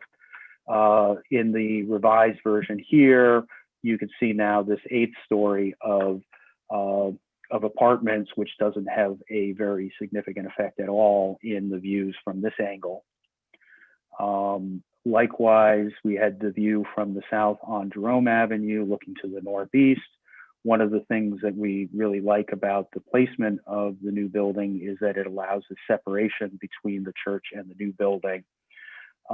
This is with the 7 stories and the trabeated arcade. And then this is the 8th story with the taller pointed arch arcade. And I think, again, you can see how well the arcade itself relates to the architecture of the church. And gives you an indication that this just isn't just a building anywhere, but it's a building that is part of this complex of buildings on the site. And indeed, the church will be part of the new building as well as the residential uses. This is a view from Jerome looking to the northeast, closer into the arcade. Again, previously, this was about 12.5 feet tall. And now with it centered, the top of the arch is 18 feet, and the top of these arches on the side is about 16 feet.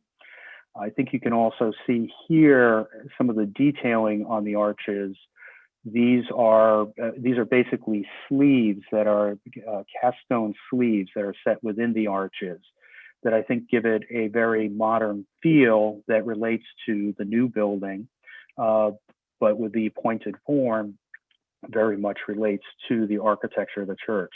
And you can see here how you can still see around and through the base of the building. So you can see the parish house beyond from this view, and you will see the parish house as you come through the arcade.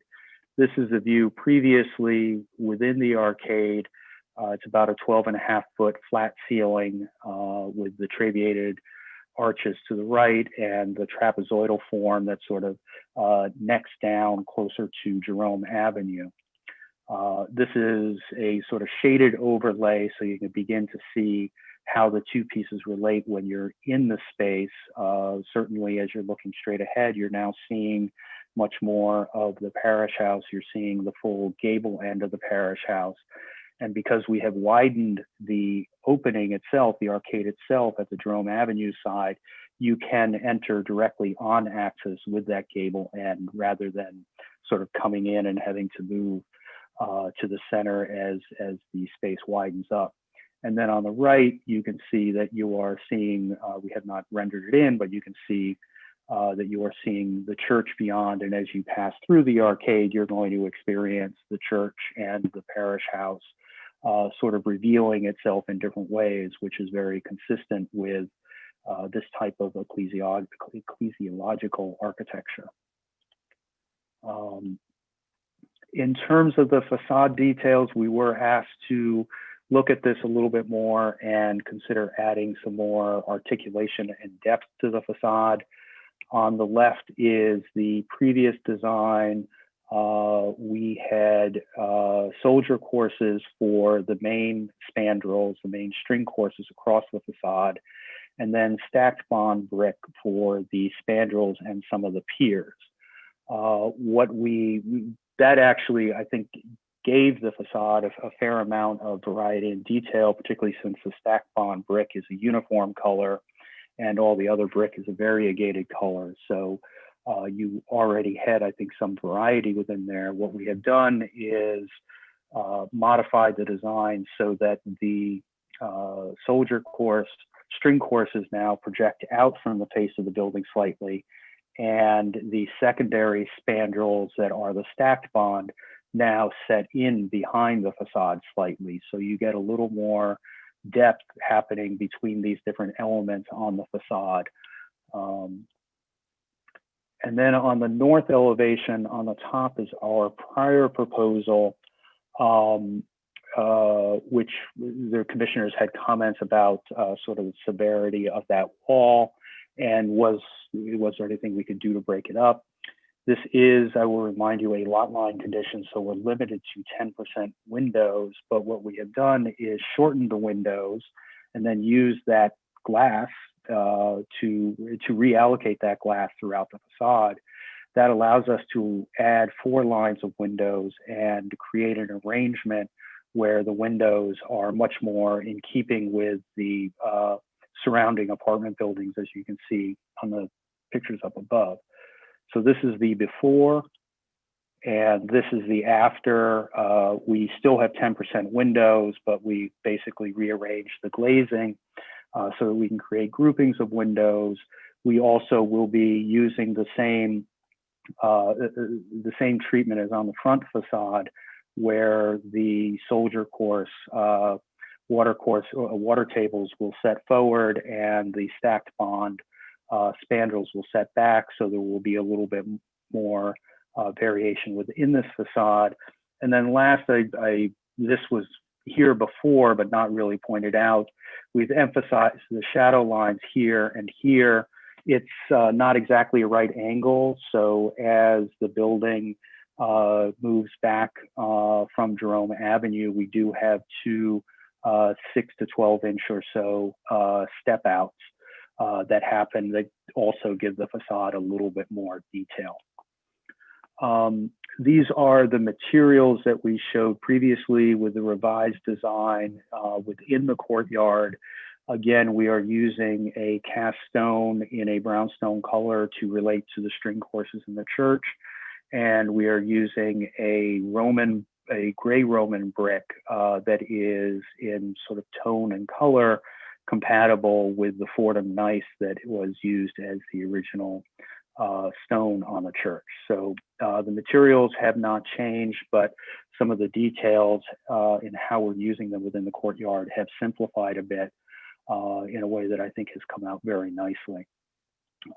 So those are all of the changes.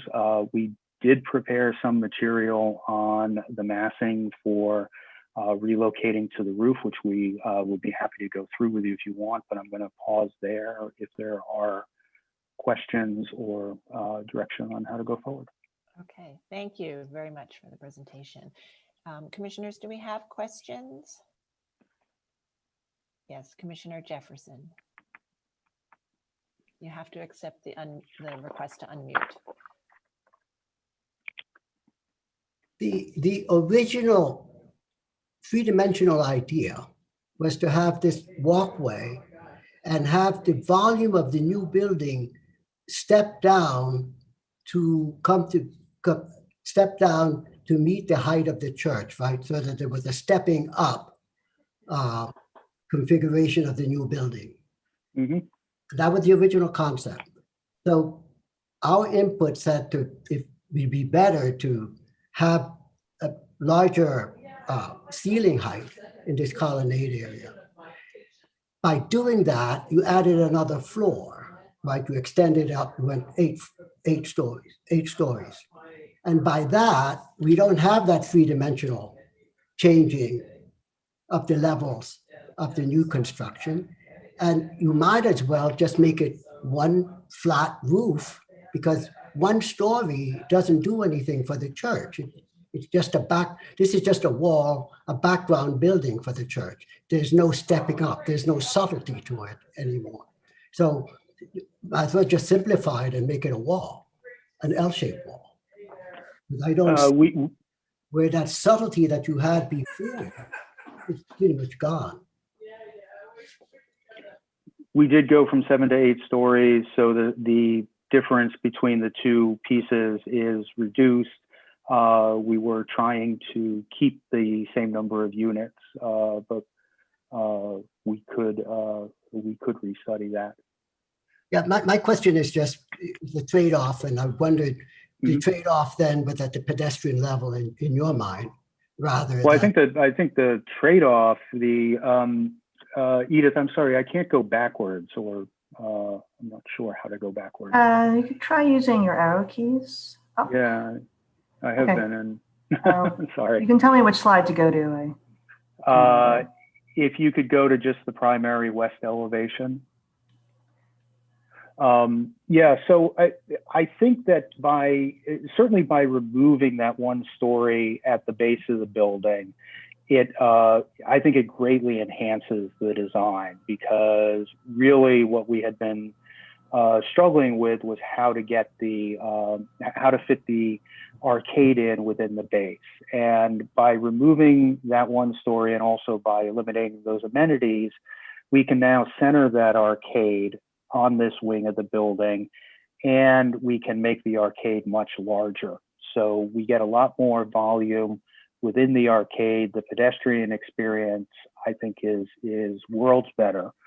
And the overall experience as you're walking through the arcade is much better in terms of views to the church. So that right there is the trade-off. By eliminating, essentially in this design here, we were at the maximum height we could do with the existing apartments above. So in order to create a taller arcade, we had to eliminate that floor of apartments. We're proposing to put them back at the 8th floor.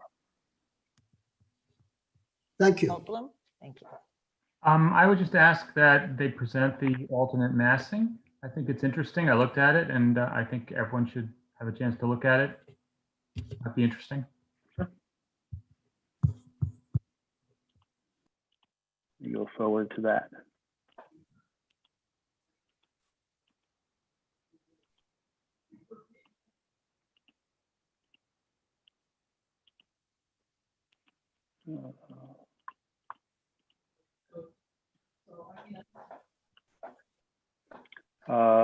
So this is the alternate massing if we eliminate that south wing entirely and relocate all of the units with a floor area neutral, number of units neutral development. As with the revised arcade, we're now relocating some of the amenities within the ground floor as well. This is our proposed view from the west elevation with the arcade. And then this is the view with the 2 stories on top. It does, at least in elevation, open up the view to the side, the gable end of the parish house. Although, remember this is there's an elevated train here. So really the experience of this happens in that 20 feet or so along the sidewalk on the east side of Jerome Avenue, because from the other side of Jerome Avenue, you really don't see the church because of the elevated. This is within the courtyard, and then this goes up to the full 11 stories within the courtyard. And on the north elevation, as proposed, and the north elevation revised, we did not change the treatment on this north elevation, obviously, but you can see the additional massing, and it does create more height along the park as well. I think the real impact is frankly here from the south, where this is really the main entrance to the church, and the main approach to the church is through the 2 gates here at the driveway. And this is our current proposal with 9 and 8 stories. And then this is the proposed, and it creates a much taller, much heavier, and much more imposing structure behind.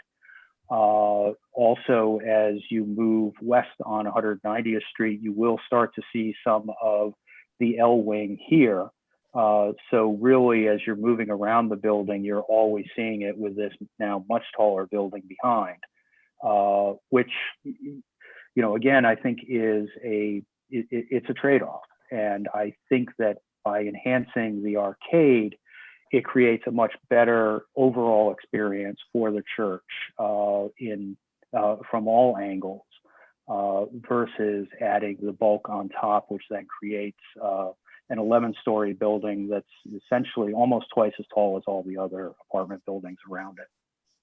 To follow up on that, if you go to the next view, there you can see on the far right, there's a set in this massing. You're proposing to kind of step it down at the far right, east end. And is there a reason why you chose, given your concern about the volume that's presenting itself to the south, why did you choose to put all of the added volume on the south facade of this wing and not distribute it more to the back? Was there a zoning reason why you couldn't? There is a zoning. Yeah. It's Valerie Campbell from Kramer 11. There is a zoning reason because you have a setback on the other side, which makes it infeasible to get the apartments in a corridor above that setback height. So remember that north wing is much narrower than the west wing. So we really only can get a single loaded corridor and fairly small apartments onto that wing. Right. So and the other issue, as Ward mentioned, is that when the building goes above 9 stories, there are substantially increased costs due to code compliance because it's considered, I guess, a high rise. And those costs actually bring the per unit cost of the affordable housing units beyond what can be financed. So it's actually, it's really not feasible for this project to go above 9 stories.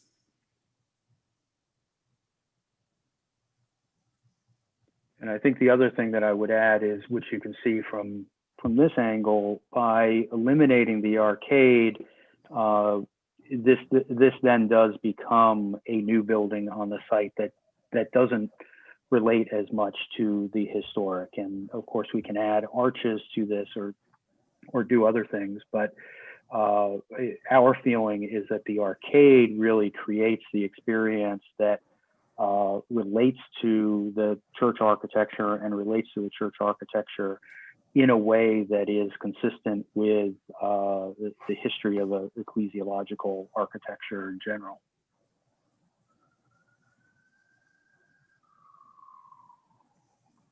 Other questions?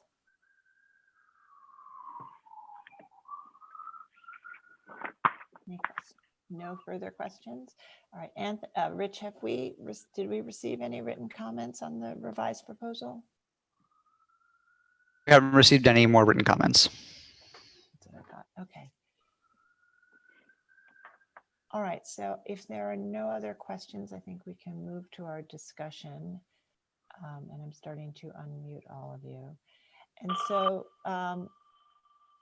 in addition to the changes that we asked for on the door to the parish house and some of the design tweaks we asked for to provide more articulation and depth, as I said, the conversation really largely focused on this intersection where the building in plan overlaps in front of the parish house. And the one big suggestion was to sort of cut that piece off altogether and put it on top.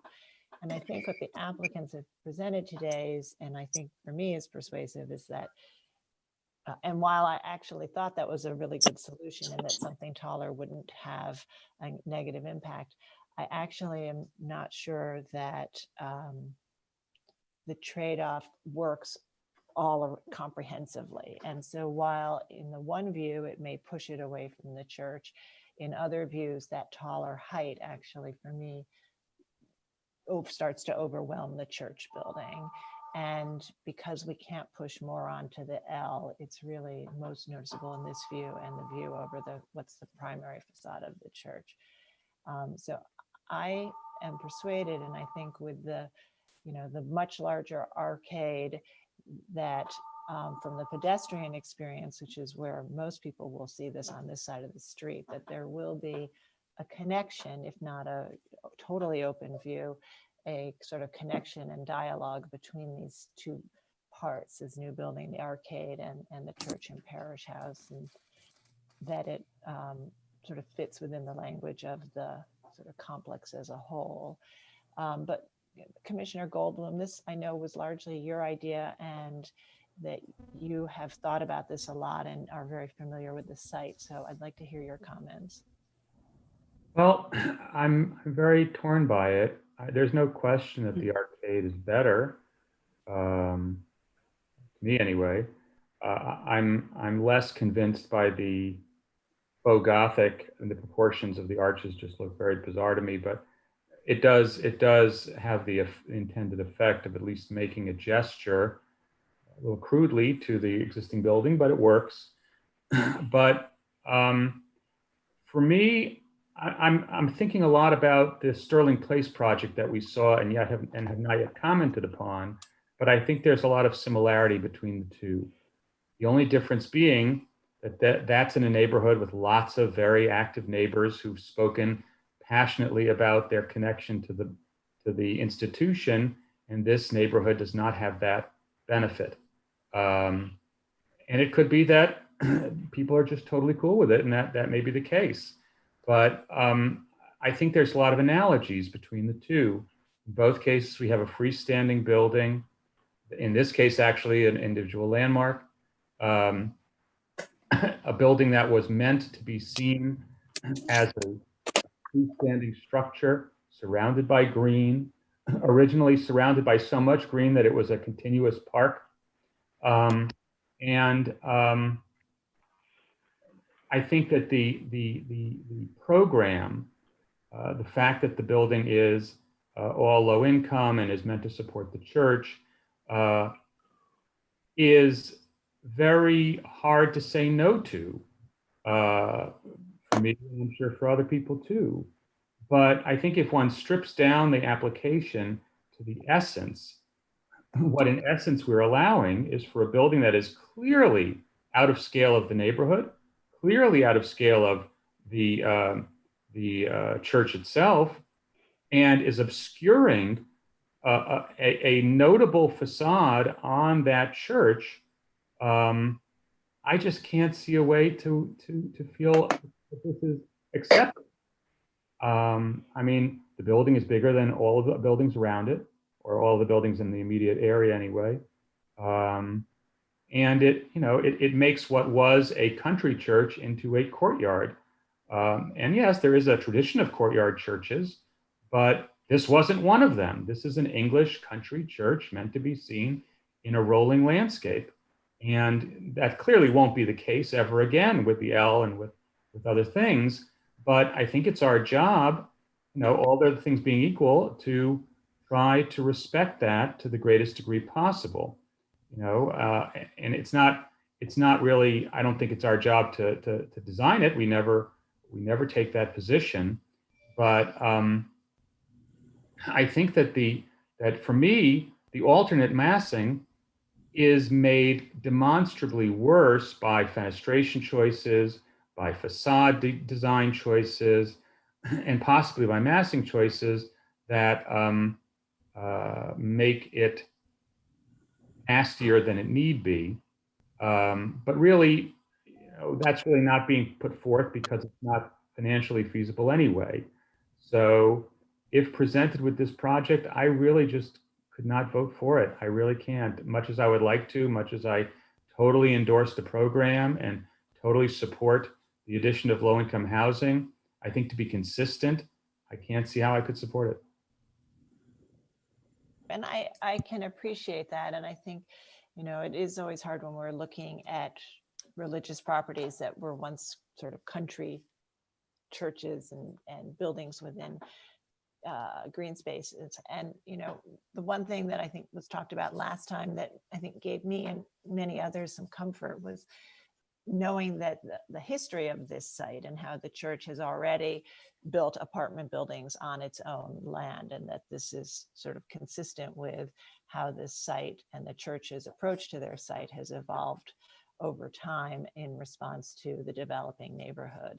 And so, in that respect, I think for me, that also made it appropriate to have another apartment building here. And while it is, I think, taller than others in the neighborhood, it at 9 stories, it would be much, much, much taller. So again, that's why I sort of think in the basket of trade-offs that I think that the arcade works for me and keeping it at this height. So, but I do appreciate the challenges and your thoughts on this. Okay, Commissioner Devonshire. I'm afraid I'm with Michael again on this one. It's also not our purview really to get mired in the social issues of what makes them need to construct that building. The fact is, if they are going to construct a building adjacent to this church, which is an individual landmark, it needs to be much more acceptable in terms of historic preservation. And I'm not able to find what they're doing appropriate at this point. Commissioner Chen? I'm really torn on this one, being a advocate, a former affordable housing field. But, wearing the landmarks hat, I do agree with the two Michaels that, and I do hear you, Chair Carroll. I think that this is the fine line, and it's hard for us to, to play designer, but in the context of surrounding a landmark church, this is a toss-up for me.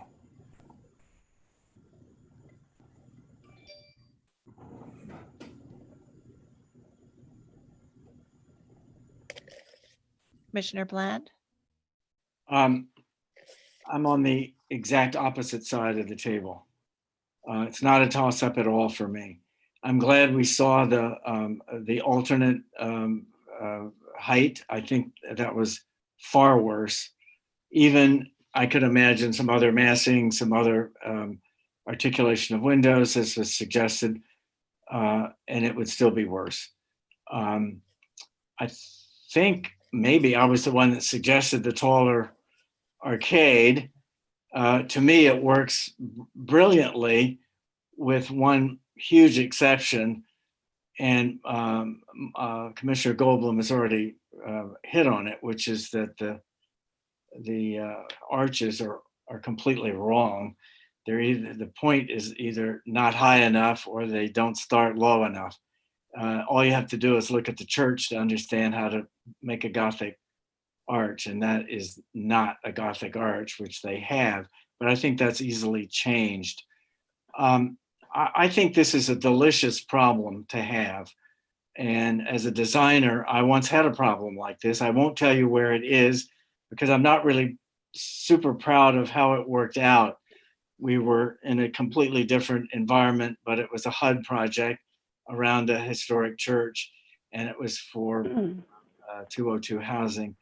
I understand the height issues, I understand the construction issues, but to construct affordable housing next to a landmark church is a delicious, challenging problem to have. But I think they've handled it very well, basically, if they can fix those pointed arches and get them right. I think the whole kinetic experience of entering the courtyard through this arcade can be a really significant and interesting way of entering a complex. I think you'll see it as the nice rendering showed. You'll see the beautiful large arch window on the side of the addition to the church as you walk right toward it, right on alignment. The other issue that I would take stay right here in the back. It's the back, those so-called back windows on the facade with a few windows, the 10% window facade. If you could go there, I think that's an advance, but it's sort of obvious and it's almost mechanically done. I think you have an option there of being more interesting. I'm thinking maybe of Baker Hall, the Alto building at MIT, or something where there's a back and a front. Here's just a back. Maybe be more inventive, more interesting with those windows along. I think it's basically all a corridor. I can't quite remember the details. But anyway, I'm sort of sorry to hear that there's reluctance to approve such an important contribution to the Bronx, to affordable housing, to this church, et cetera, et cetera. So I'm very enthusiastic about it. If working with staff, you can get those arches right. Commissioner Lutfi? Yeah, I think I'm a little more in the camp that Fred is in. One thing, I think the ship has sort of sailed, not failed, even though that's what the Michael Freudian slip. That's it. It sort of sailed in terms of the development around the church. There's just not that much land here. It's not that expansive. I mean, if we can go back and look at the context, if the church is going to get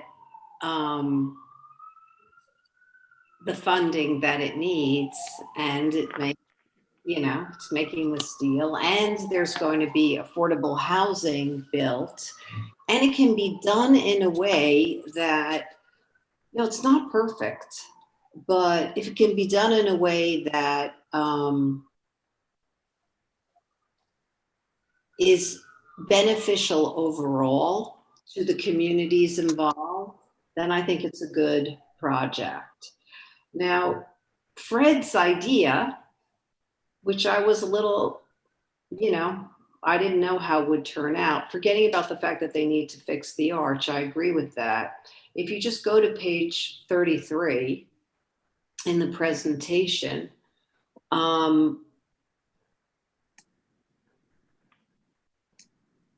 this has kind of changed the whole feel of the project at the street level.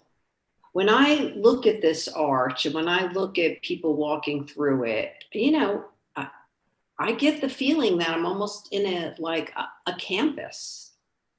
And if this move, if this move enabled that to happen at the street level, which is very, very important for the people who are going to live in this building and also be using the church, then I think I'm willing to, deal with the fact that we got this extra, level here that didn't, it doesn't make the massing juxtaposition perfect. It's tight no matter what. It's a little worse with the extra floor. I also think if you go back to the view next to the L, I mean, this project is next to an L. It's not next to like a big open space. We have to be, cognizant of this. It's never going to be perfect in that regard either. In terms of the windows on the side, and I think this was Michael's suggestion that they work on that, and I forget which page that was on. I agree with Fred, they could do a little more work here. It is a little, it's a little uninspired, but I think it's a big improvement from what it was. So I think if they just put their heads, they work more with staff and they think a little more out of the box, I think it's fine. I think overall, this is a very, very good, important project for a lot of the parties involved. Thank you. Commissioner Jefferson. For me, the church is the dominant thing. And originally, I thought the building was too tall. But what they did, I thought that was kind of sensitive, was to make the building step up. And that ameliorated to me the height difference. I felt it worked, and it was spatially interesting. By adding this additional floor, it removes that, so it becomes something else. Adding a floor makes a difference. I think the arcade is quite beautiful. It works very well. I think opening it up and the height, of course, historically it's gorgeous, right? We've seen a lot of those. But I think if they went back and did that layered feeling with this L volume, I could approve it. But at the way it is now, it's too blocky for me. Commissioner Gustafson. I guess as everybody knows, it makes me extremely uncomfortable to be talking about issues that are not, we are not entitled to consider in making our decisions. So when I commented on this originally and I comment on it now, I'm going to stick to the landmark issues. It's an individual, the church is an individual landmark, of which the Bronx has very, very, very few. And anywhere else this church might be, we would set a certain standard for ourselves on how we're going to protect it and views of it. Because it is in the Bronx, I don't think we should be lowering that standard. The first time around, I had suggested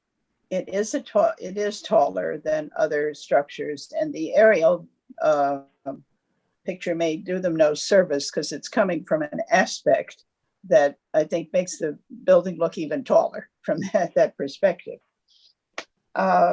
I do find that the opening up of the arcade gives, at a street level, really gives people the opportunity to see the church and the parish house in a very interesting way, including then being able to go into the courtyard.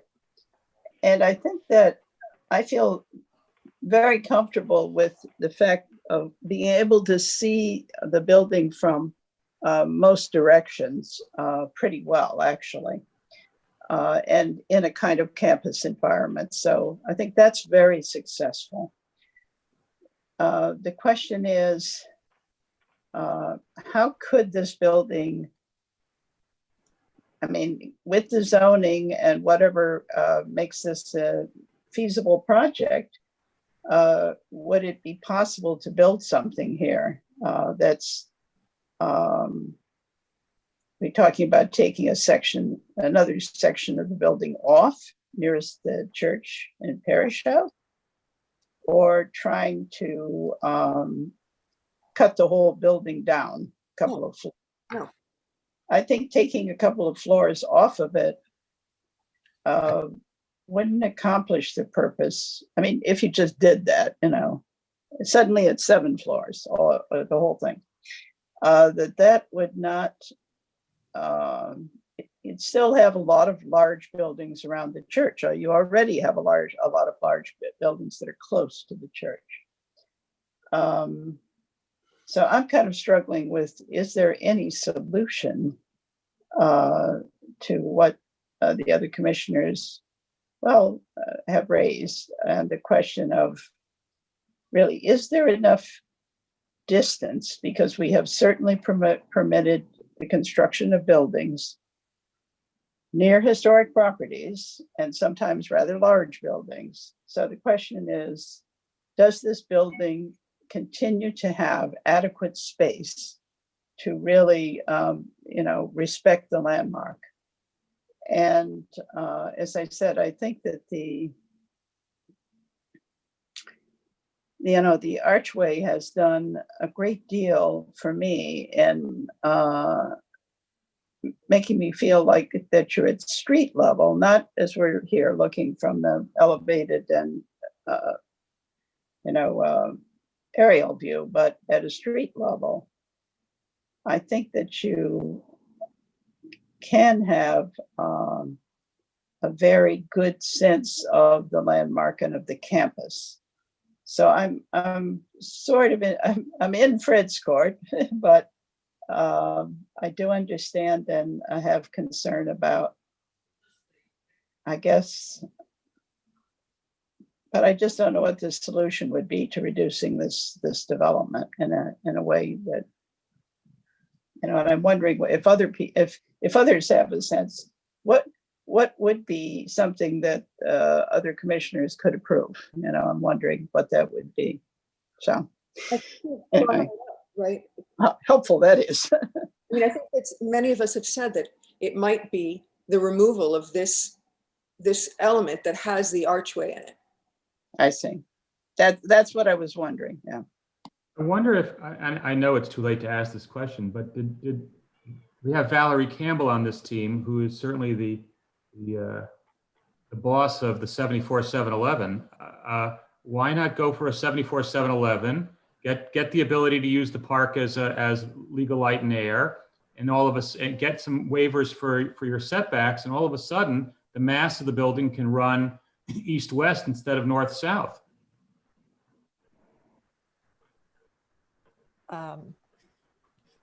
I mean, I think Valerie, if you'd like to respond to that, we can open up the proceedings. Sure. Okay, so let's have a motion again. Well, actually, I think I didn't close the proceedings, so I think it's okay. Yeah, the proceedings are still open. Yeah. Yeah, go ahead, Valerie. Okay, so I don't believe that we can use 74-711 to allow for legal windows to overlook a park. I think there's a multiple dwelling issue.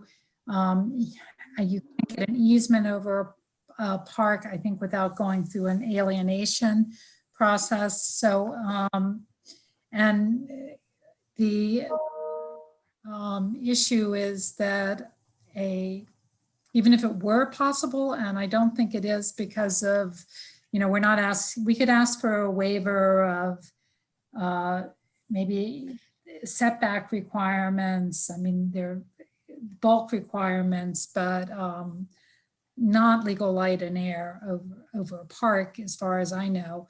But it would also, the ULURP process would probably take 18 months. The project sponsor has a financing commitment now for this year, which requires that he close on the ground lease with the church, and that would, all of that, those financing commitments would be lost. And it's unclear that after going through a ULURP process that you would be able to get those again, because funding is frankly diminishing right now. Can I ask a quick question, Chair Carroll? Thank you. Just remind us, please, I'm sorry, I don't have this in front of me. What are the total number of units, and what are the number of units in this bar piece above the arch? The total number of units, I believe, is about 104, but I would defer to the architect on that. I know that I have with the owner, and one option would be to just retain the initial setback we proposed on that wing, so to have it be a 7-story wing. I mean, it does loses a few units and some program space, but it would be something that could be done in the current project. I'm asking for the entire element that is in front of the church. That how many units? Rachel Ehrlich is on. There's 10 units in that shorter segment of the building above the arcade. 10 total units, right? Out of 140, or 4? No, it's 100 units plus one. I think there's one supers unit. Yeah. So this is 10 units we're talking about now. In the whole wing. In that wing, yes. Yeah. 2 per floor.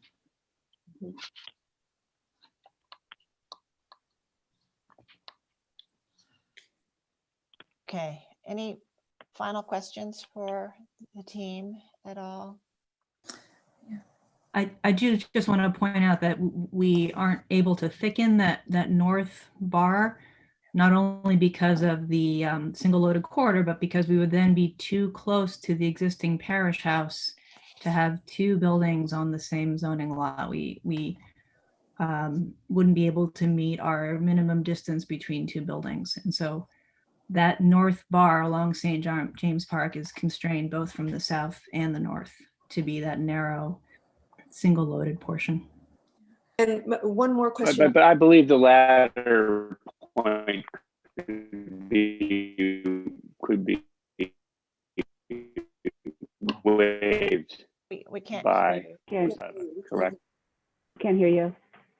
We didn't hear. The minimum distance between buildings. Just saying that the minimum distance, that is something possibly that could be waived. Rob Byer is also on this call, who can speak sort of more authoritatively about the funding commitments that Concern has now, and what would happen to those commitments if we were going through a discretionary land use process. Right, but if you could also speak to this question of the 10 units, could 10 units actually be put somewhere else? Would 10 units completely blow up the deal? That's what we're talking about here. I think Rob is probably the best person to speak to that. If he can. Can you hear me? Can you hear? Yes, we can hear you. Okay, so this is a complicated deal in that the church is receiving a high mid seven figures in order to undertake the restoration of the 19th century building. I know I'm on the board of the Judd Foundation, and we did a 74-711 to get approval, and we put in a lot of sophisticated fire and life safety systems. The current church has none. And we all know what happened to St. Saba and Central Synagogue. Without such enhancements, you may not have this historic building to admire, because the community that this historic building is in is not going to be like the congregation at Central Synagogue that raised the funds to restore it. So I appreciate and respect the commissioner's concerns about the essence of what their decision is. But I'm also trying, I love old buildings and preservation, and why I like to get involved with projects like 101 Spring Street, which remained as a artist museum, and I'm on the board. And I think preserving, these important buildings is really important. I was really touched, that Barry Bergdahl, who I really believe is a great light in terms of historic, art history and architecture, and former chief curator at the Museum of Modern Art, really weighed in. And I don't think, Barry is someone that weighs in lightly. I think when he's, weighing in, he's behind it and he supports it. So again, I really respect the commissioner's dilemma here with respect to the 10 units. It just makes it a non-deal. Unfortunately, because the type of financing, the funders, and the support that is being provided to St. James in order to restore and safeguard their building into, hopefully the next century and beyond. God forbid it becomes a St. Saba. It would really be a tragic loss. Can I say a word about the state funding? This is Ralph Fasano from Concern. Sure. So I just want to say that in no way, as the developer, we are taking a take it or leave it perspective. We went to the state with a more expensive project here, and they basically said no, they would not fund it, and that our per unit costs were over anything they would fund. And we worked hard to get that per unit cost down. It's still very high. It's one of the most expensive projects we've ever done, partly because of the cost of the renovations to the fellowship hall and the amount of compensation to the church that they desperately need in their development. So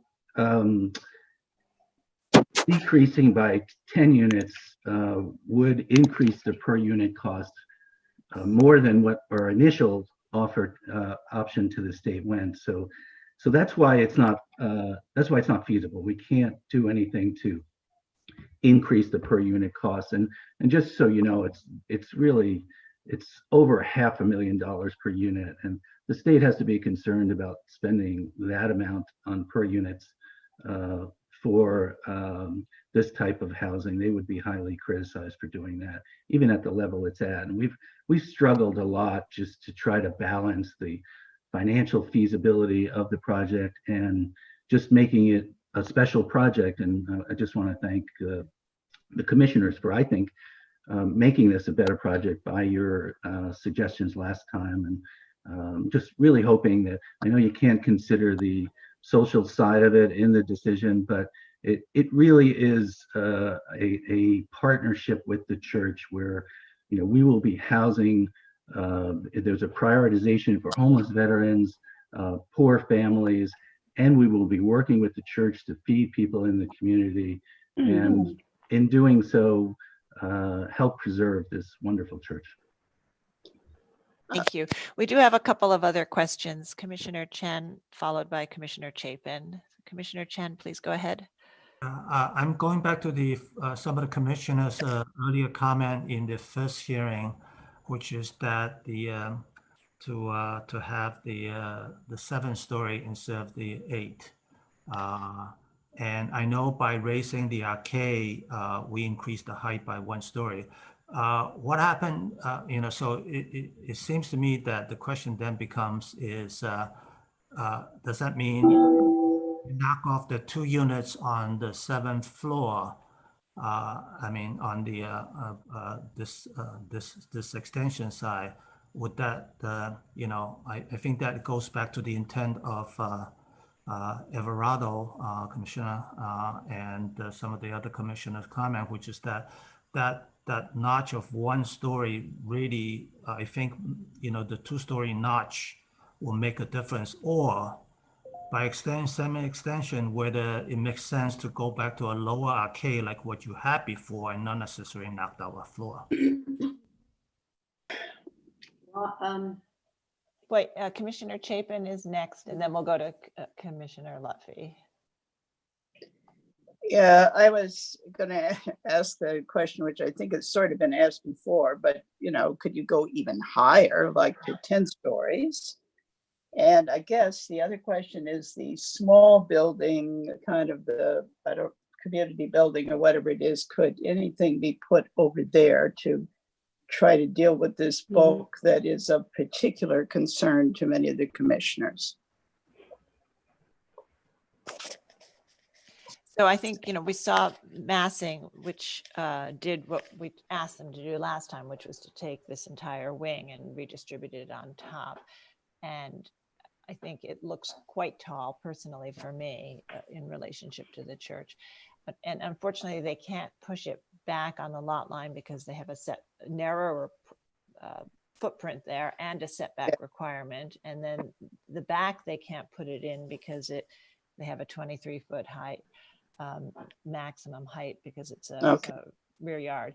So the redistributing it really is limited unless you think of some other mix and match of redistribution. So maybe the wing comes down and a little bit more goes up or something like that. There may be some other equation of that mixing and matching. That's what I was trying to throw out. Yeah. I heard a lot of the discussion on the height limit.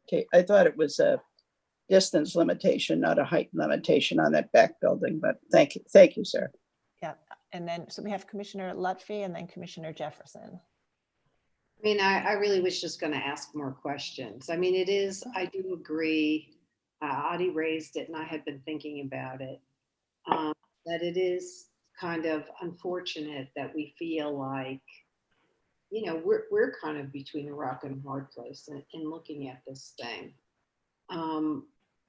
But there is a reality of constraints here that I feel like we need to all take to heart. And within those constraints, it's important for us to think about, what's the most important thing.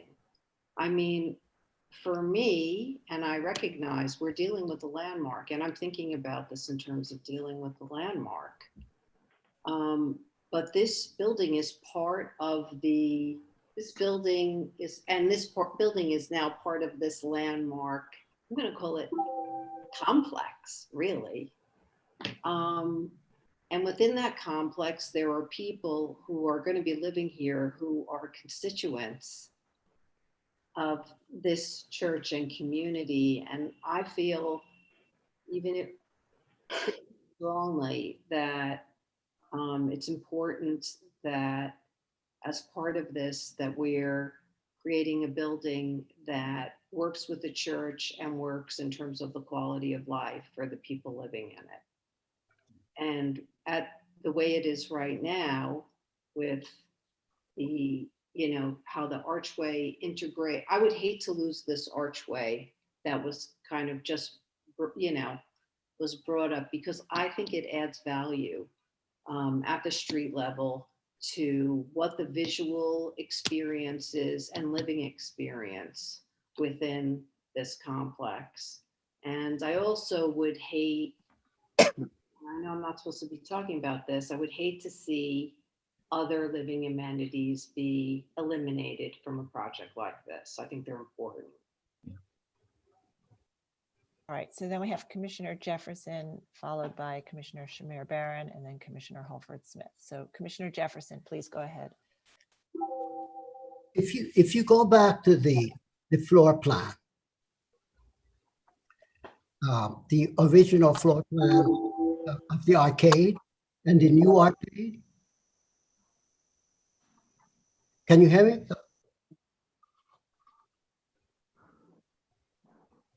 Yes, we can hear you, Commissioner Jefferson. We can hear you. Okay. And I think what has happened is if you go to the plan, I'll be able to explain it better.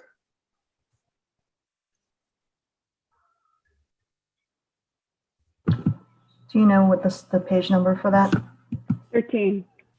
Okay. Thank you.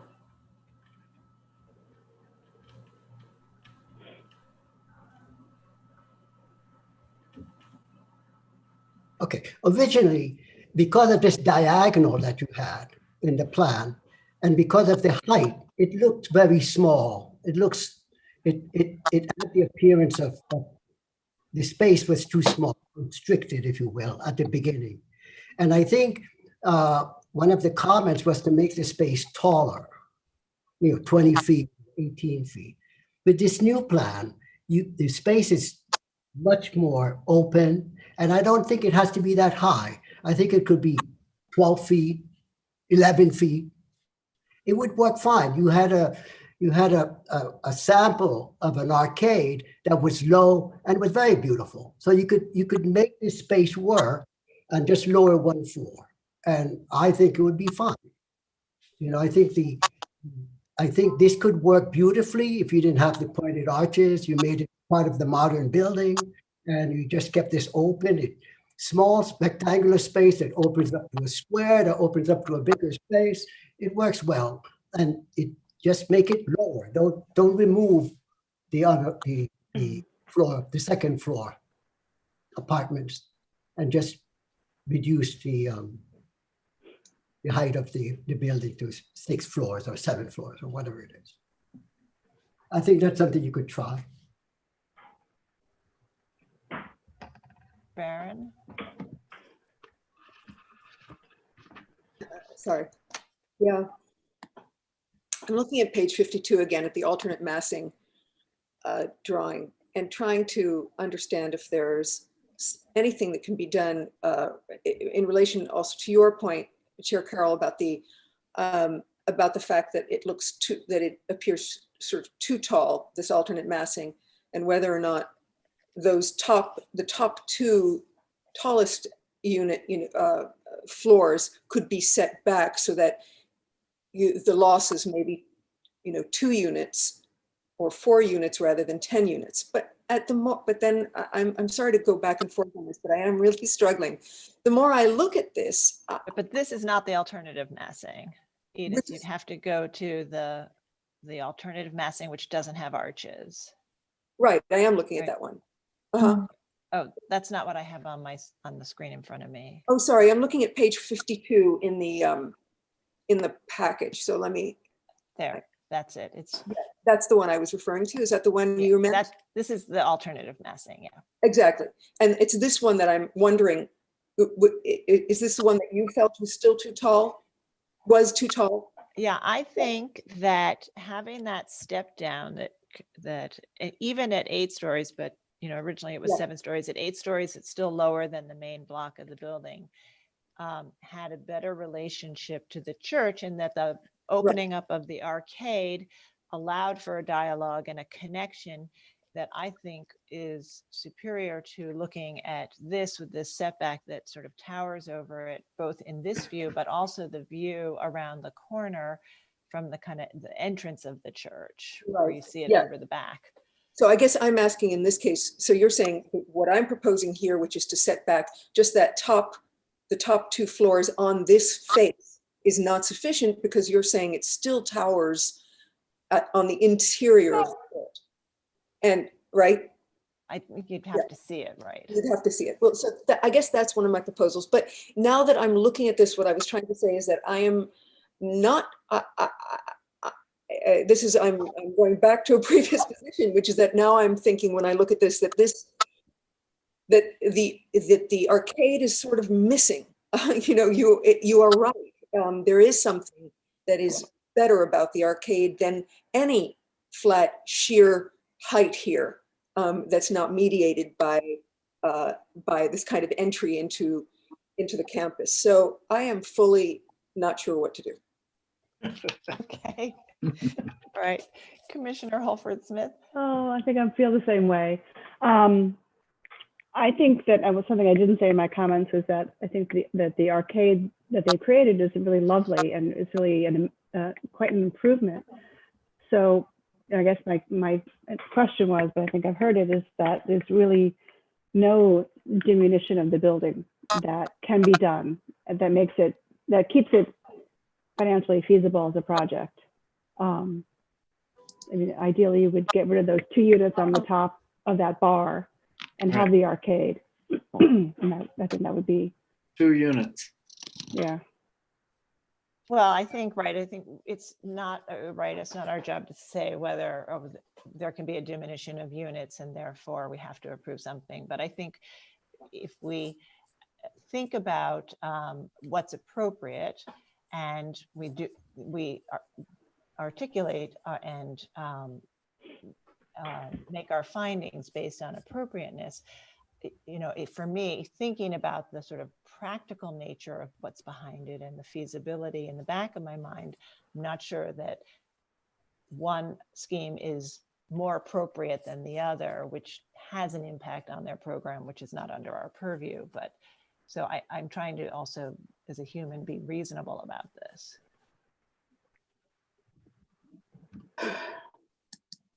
So I think, what's clear today is that we are not in a place where we can vote to approve anything. And I think that there is, from most, some commissioners, I think, were very supportive of it as is. But I think for most commissioners, there's still a feeling that there is too much, whether it's in the height of the wing, the entire wing altogether. And so I think we need to go back to the drawing board and work with the applicants. The applicants should work with the staff to think about how they can address the questions of size and relationship and still maintain a feasible project. And I think question number 1 is any building appropriate on this site? And then question number 2 is what is it? And I think that at the initial public hearing, I recall hearing a great amount of support from the commissioners around the table in terms of the appropriateness of a building on this site, given the history of development. And I think it was a very positive discussion. And so my sense is that most people think that a building is appropriate. And so I think that it is worth the effort for us to go back and try to figure out how to make a building work here that everybody can find appropriate, or that at least 6 people can find appropriate. So we will take no action today and ask the applicants to continue to think hard about how they can work on the massing and the size of this as it relates to the church and the parish house. Sarah? Yes. I was just thinking that it might be helpful, and I don't know if we have an answer to this, to indicate to the applicant whether the concerns are more based on the height of the structure near the church and parish house, or the amount of view corridor available to the church and parish house, which, in terms of they're looking at the design. In effect, if you could totally cantilever the bottom 2 floors out, would that be better than taking 2 floors off, so to speak, or taking the whole piece off, so that they have a little, in other words, they've heard a lot of comments about shortening, but also concerns about, the ability to view the church and parish house more directly. And maybe it would be helpful if they had a sense of what people are more concerned about. I don't know. Yeah, I mean, I think that my sense is that some people felt that this wing shouldn't be here at all. And then other people, I think, have expressed some openness to wing depending on size and height. So I think that the constraints they're working within are very, very tight and challenging. And so in some ways, I almost don't want to be too prescriptive, to give them the flexibility to think about how they may have to affect their program, but also work within those constraints to come back with something we can find appropriate. So I think unless anyone wants to add anything more definitive about their sort of opposition, I think most people were sort of clear about whether it was sort of the height of the wing or the entire wing altogether. Okay. All right, so we'll take no action today, and we will work hard to see what we can do here, or the applicants will work hard to see what they can do here, working in consultation with staff, and we'll bring it back when they're ready. All right, thank you. Thanks. And that is the conclusion of our day. Thank you all, as always, for hard work and dedication and commitment and all of your thoughtful comments. Thank you. Thanks, everyone. Thanks, everyone. Bye. Bye. Bye, everyone.